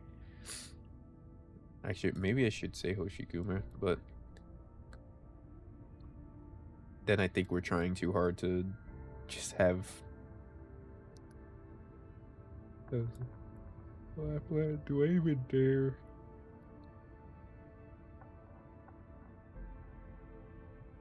Myrtle. That would be so troll to say Myrtle. Tachanka. Yeah, can we have another Rainbow Six event? And then we just put Rainbow Six into Enfield. Thank you. I'm not voting for Auk. The only reason Auk's even leveled up is so that I can, like, remove Rosemontes in that one stage. She's just in a terrible spot.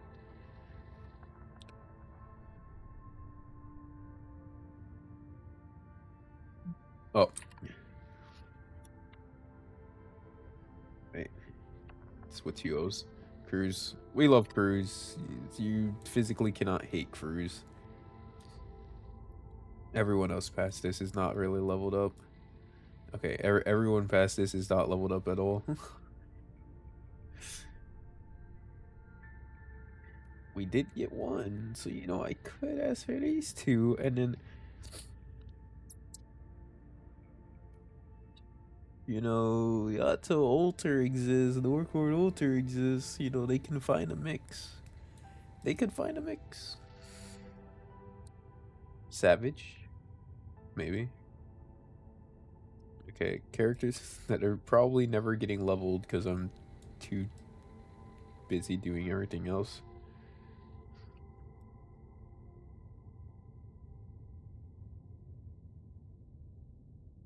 What 6-star would even fit in the game? Funny enough, I think Ebenholst might work.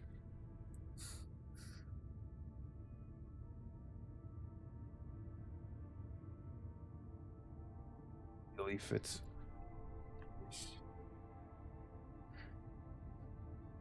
It's most of the brawlers would fit, but I don't know. Indra. I want to say Indra. I choose Indra. I'm gonna say Stacia.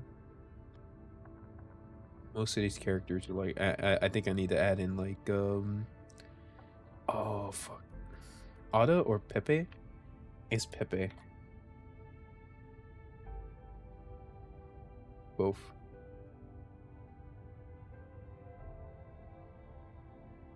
To be real, I mean more of their subclass. The Crusher class would go so hard.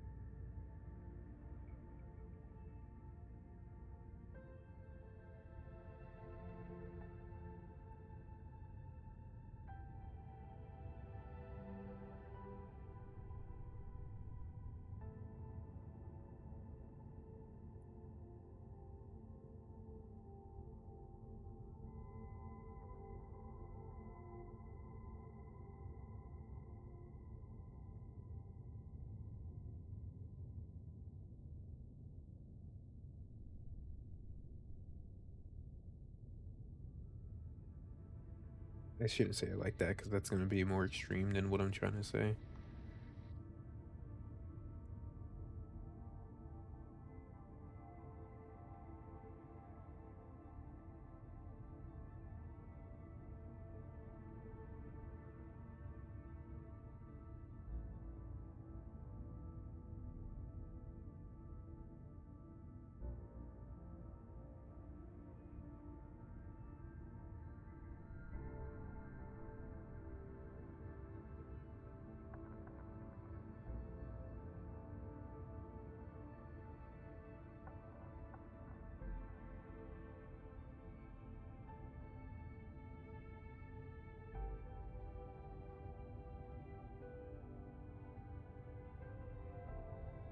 I have to get Surtur so I can actually read through her dialogues and shit.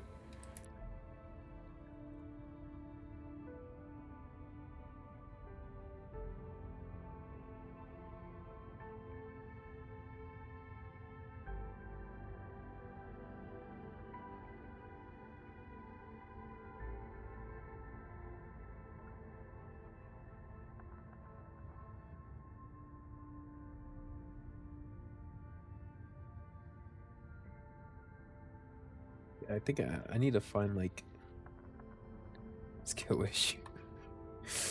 I need a character with a gun. If I said this one, it would be funny as shit. Lowlight knows. He's a knower. He knows that we know that everyone knows. He's a Miss Christine. Clearly, we need Miss Christine back in the game.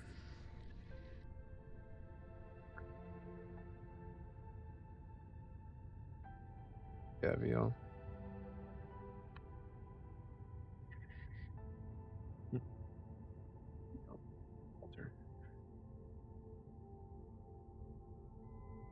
Find the main story content. What is the main story content that you like the most?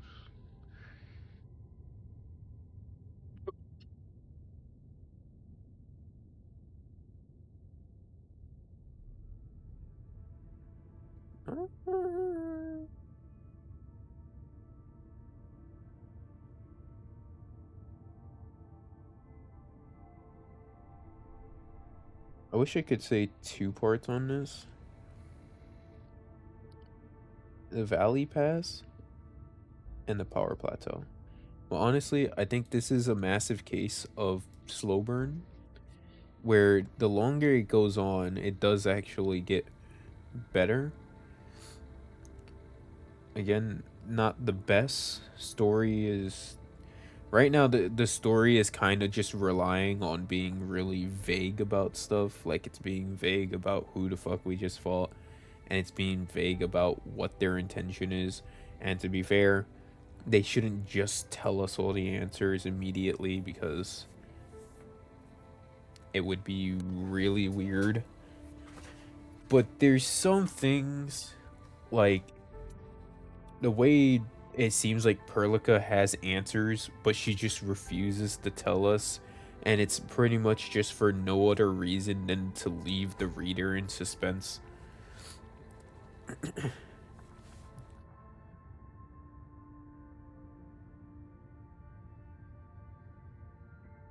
favorite part of the story? What are your main reasons? The ultimate goal of the main story is clearly conveyed. No, honestly, sadly, you guys do the fucking opposite of that. I'm just more confused now. What?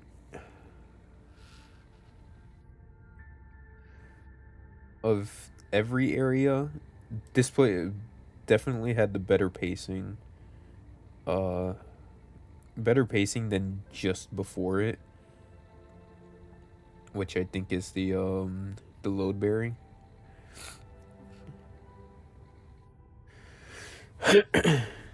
sorry. Yeah, I'll give them this one. Easy to get into. Helps with the main story. Character development. I guess. Involvement. Yeah, like, I guess. Good quality. Branching choices. No. Because there are none. If they plan on adding them, you know, honestly, I would love to see people get bad endings. And I think it would be very on par to watch someone make the wrong choice and then have to pay for it.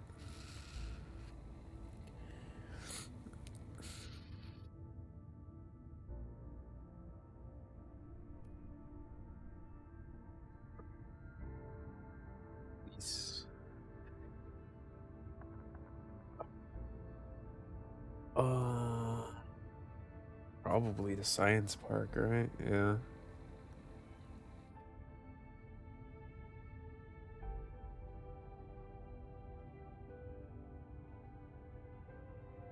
Probably.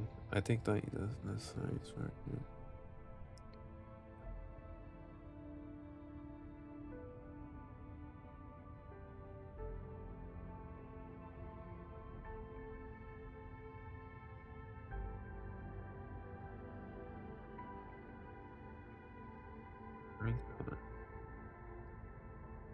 Rossi counting from chocolate branches. Actually, yeah, no, here. This one. Because of the fucking pacing. The story pacing is bad in this area.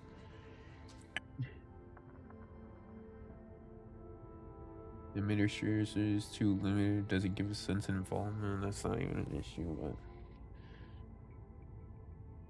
many special proper nouns terms make it okay, hold on.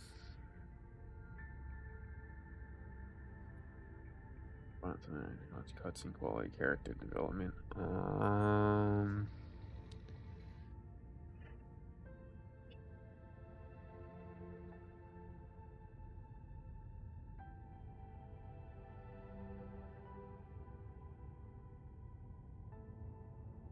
Some sound awkward.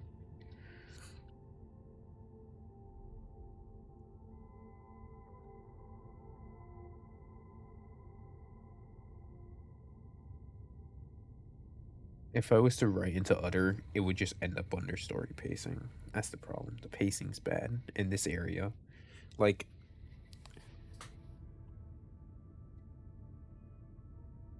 they should be giving us suspense the way that they're trying to with being vague about shit by putting it into this area. In fact, if this part of the story got expanded for the point of adding suspense because we're trying to figure out how to get past the shockwaves, it would probably actually make the story a little better. Maybe not amazingly better, but it would just make sense. Because there's no suspense in... Oh man, the anchors are making shockwaves? That's so weird. They're not supposed to do that. Well, we gotta figure out a way to get past it. And 3 seconds later, someone's like, yeah, so I found this random plant and it just blocks the shockwaves. like there's nothing between it. You actually just go from you learn something new and now you're supposed to be like, well, how do I deal with it, to immediately getting the answer. And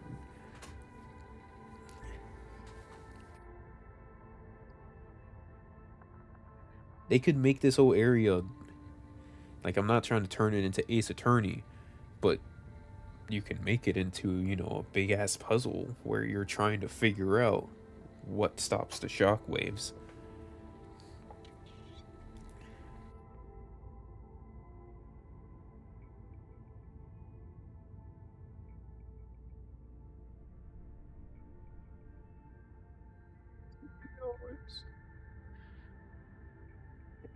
Administrator's fine.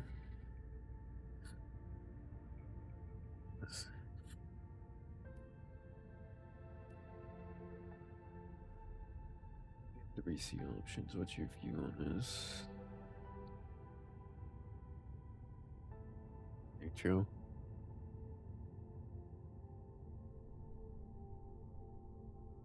Yeah.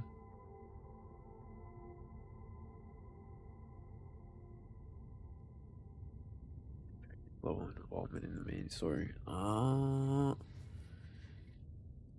Bigger role. Because honestly, you can go through the tutorials for the AIC and then just continue on the story until the point where they're like, hey, can you reach level 30? Hey, can you reach level 36? Honestly, you're just doing the factory stuff after the opening to just... Alright, so what was the last thing you did? You do the upgrade for the miners. The mining drills. And then after that, kind of dies off, right? Like, once we get to the science park, you have no real reason to go back to the AIC because there's nothing. No, it's kind of like near the end, so I guess it's not too bad. But you're only returning because you get these pauses where Perlica's like, hey, you should make sure you're prepared, and then you return back to your pack.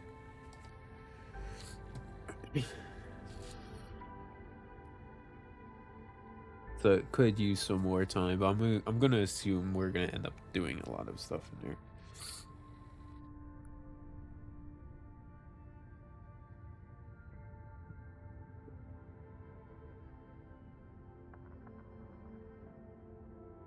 This sounds like that's not even a bad idea.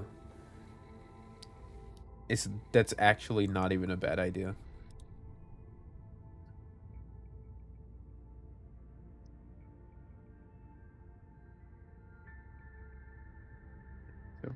Narrative, animation, story, cutscenes are good.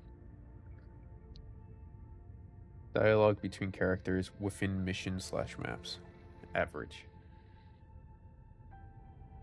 In form of narrative delivery, the vagueness isn't helping. It's more making me like dissatisfied.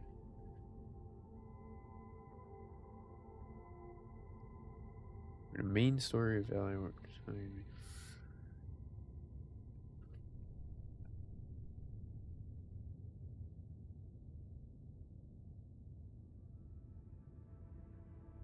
Most characters are on this pretty well. I think even the characters with really weird delivery, sometimes their voice actor is pretty good.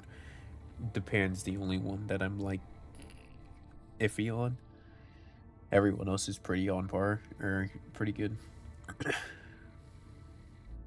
Cutscenes are good. Sign language, local language. Yeah, that's pretty good.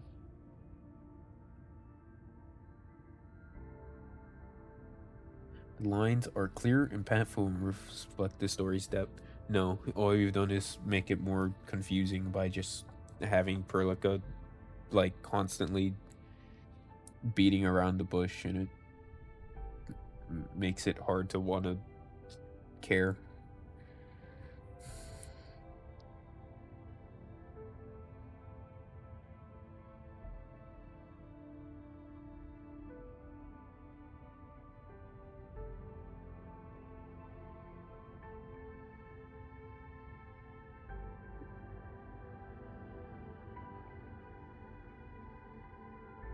I see what I can just next on that. Be improved on. Okay.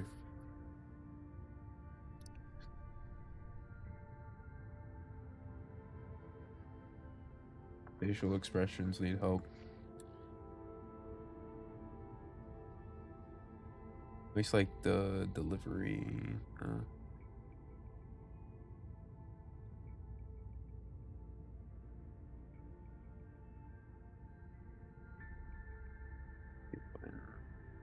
I don't even care about that.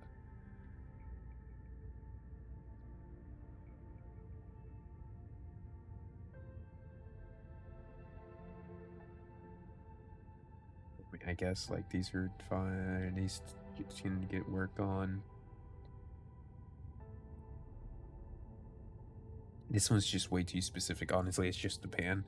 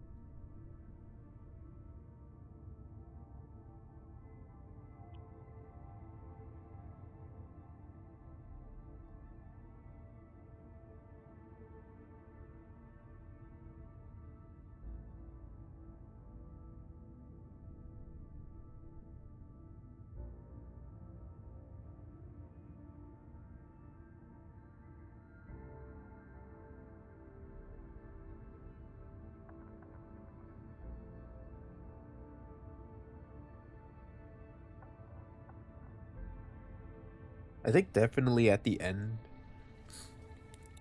there's good reason for Perlica to probably let us in on some of the secrets after all the shit we went through.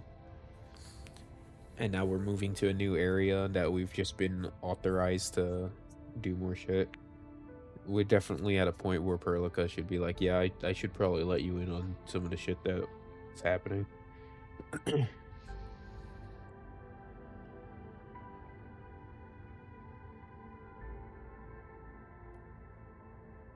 Oh boy. Oh, Siracusa is already here, right? Like we have the Lupos that speak Italian. Um,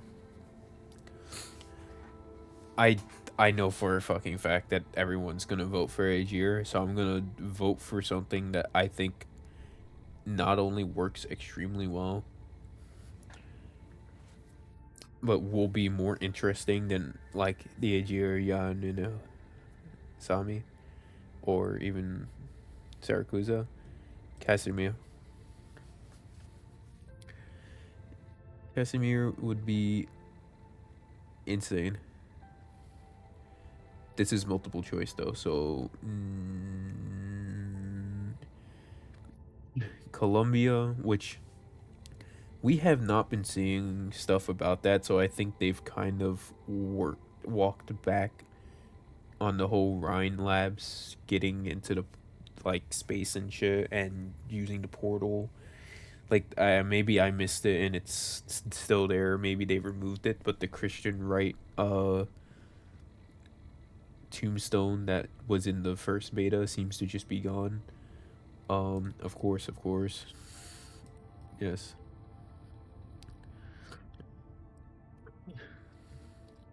Science fictions you wish to see in future for this game. Yes. Yes. Okay, do it.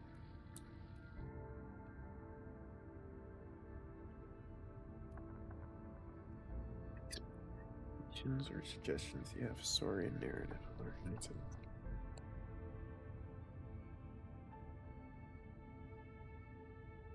Think of something on this. Oh. To fit half of the shit that I think of.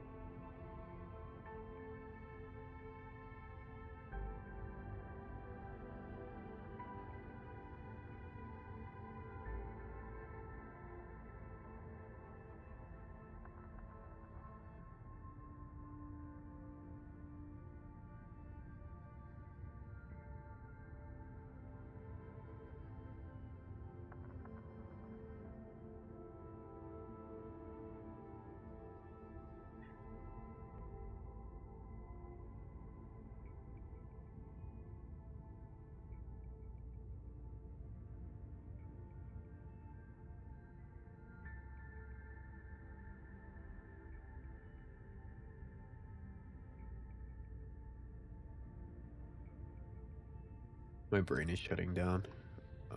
Uh-oh. I can't even like think anymore. I think I'm just gonna like start skipping through this now. Like I'm currently, which language are you reading the in-game? English? Localization quality? Yeah, it's pretty good. I think I'm gonna.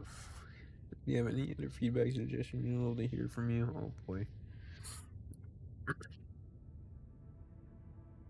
I've already done a lot of. I think I brought up that the sub pack should be part of the main mission thing. Did I in my last one?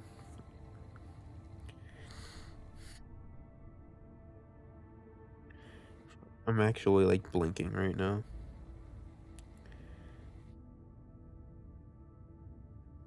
I brought up the thing with the combat in one of the previous questions.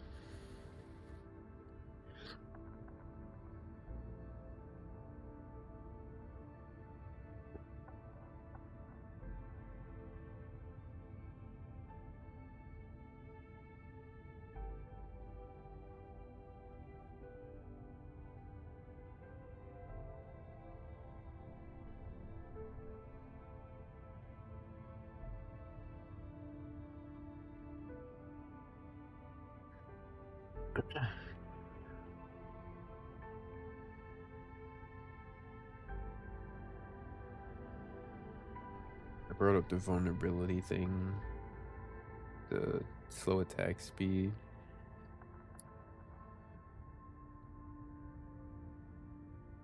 You know, I actually.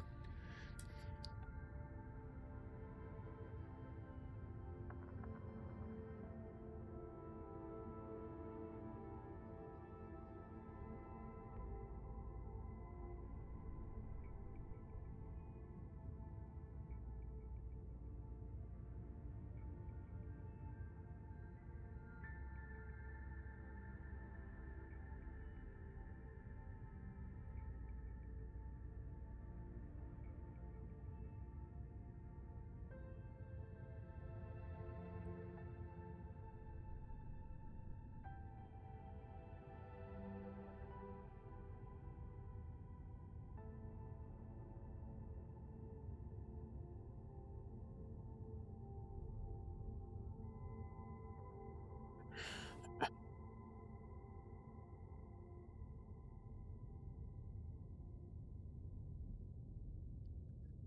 feel like this is more. This is in a weird state, but like, I mean, like, what else can I do when I don't get any feedback in the slightest, right? Like,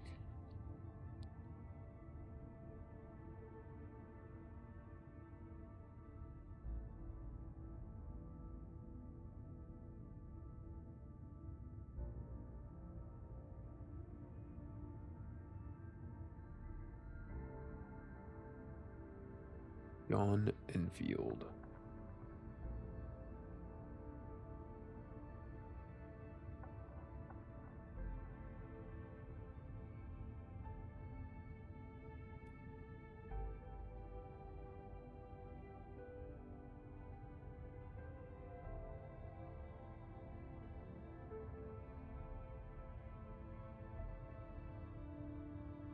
I want to add this in, but okay. Actually, I mean,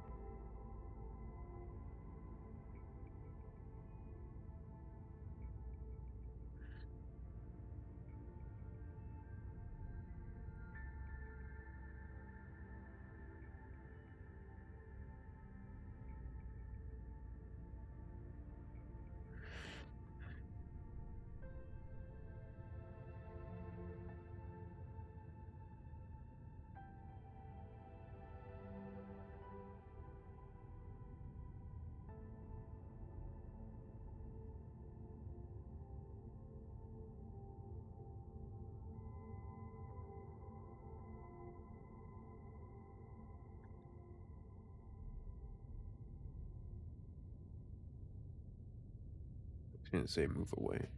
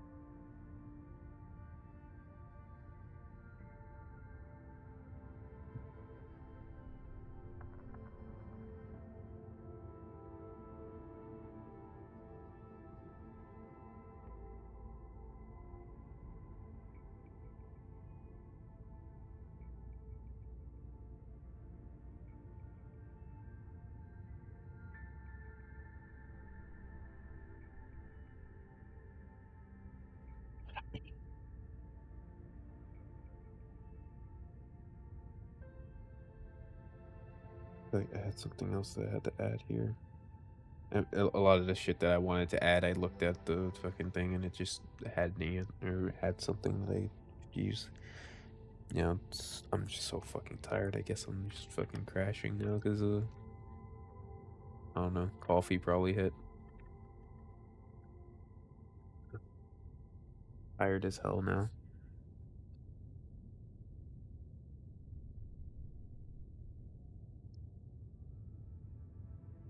Yeah, I feel like a lot of the stuff that I wanted to put in the survey, I put in the last one.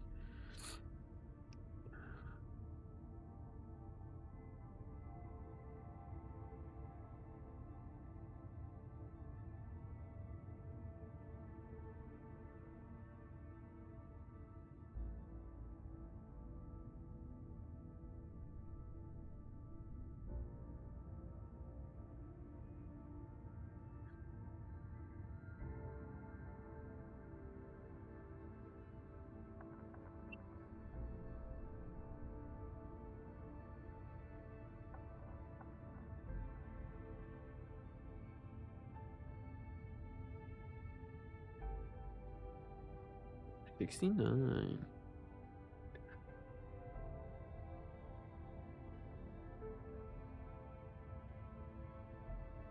I need to refresh my Twitch.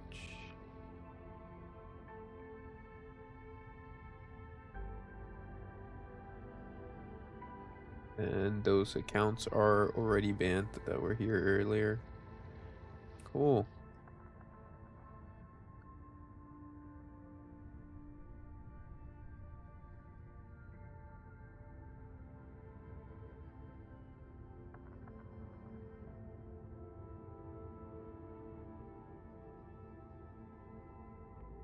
I put modules into another one. Yeah, like my last one, I talked about how there should be modules for the AIC so that there's like faster conveyors or higher outputs and shit like that.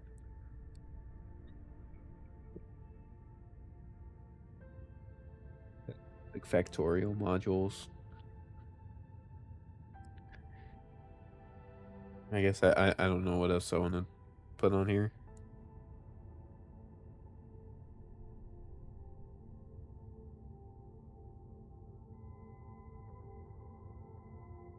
Put the vulnerability thing earlier. Yeah, I think funny enough, like some of the stuff that I wanted to add on here, they basically immediately asked afterwards, so I was able to just click on those ones.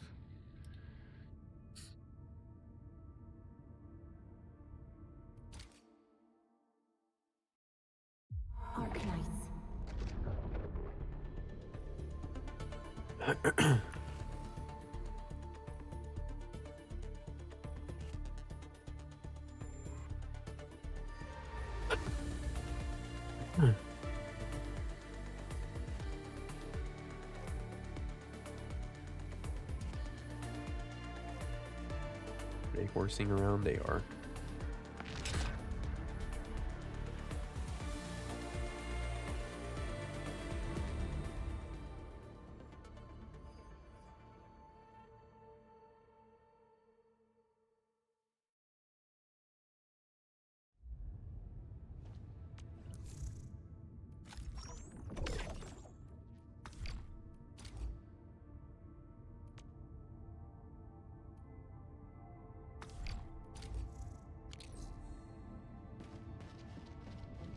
$35. I'm getting off.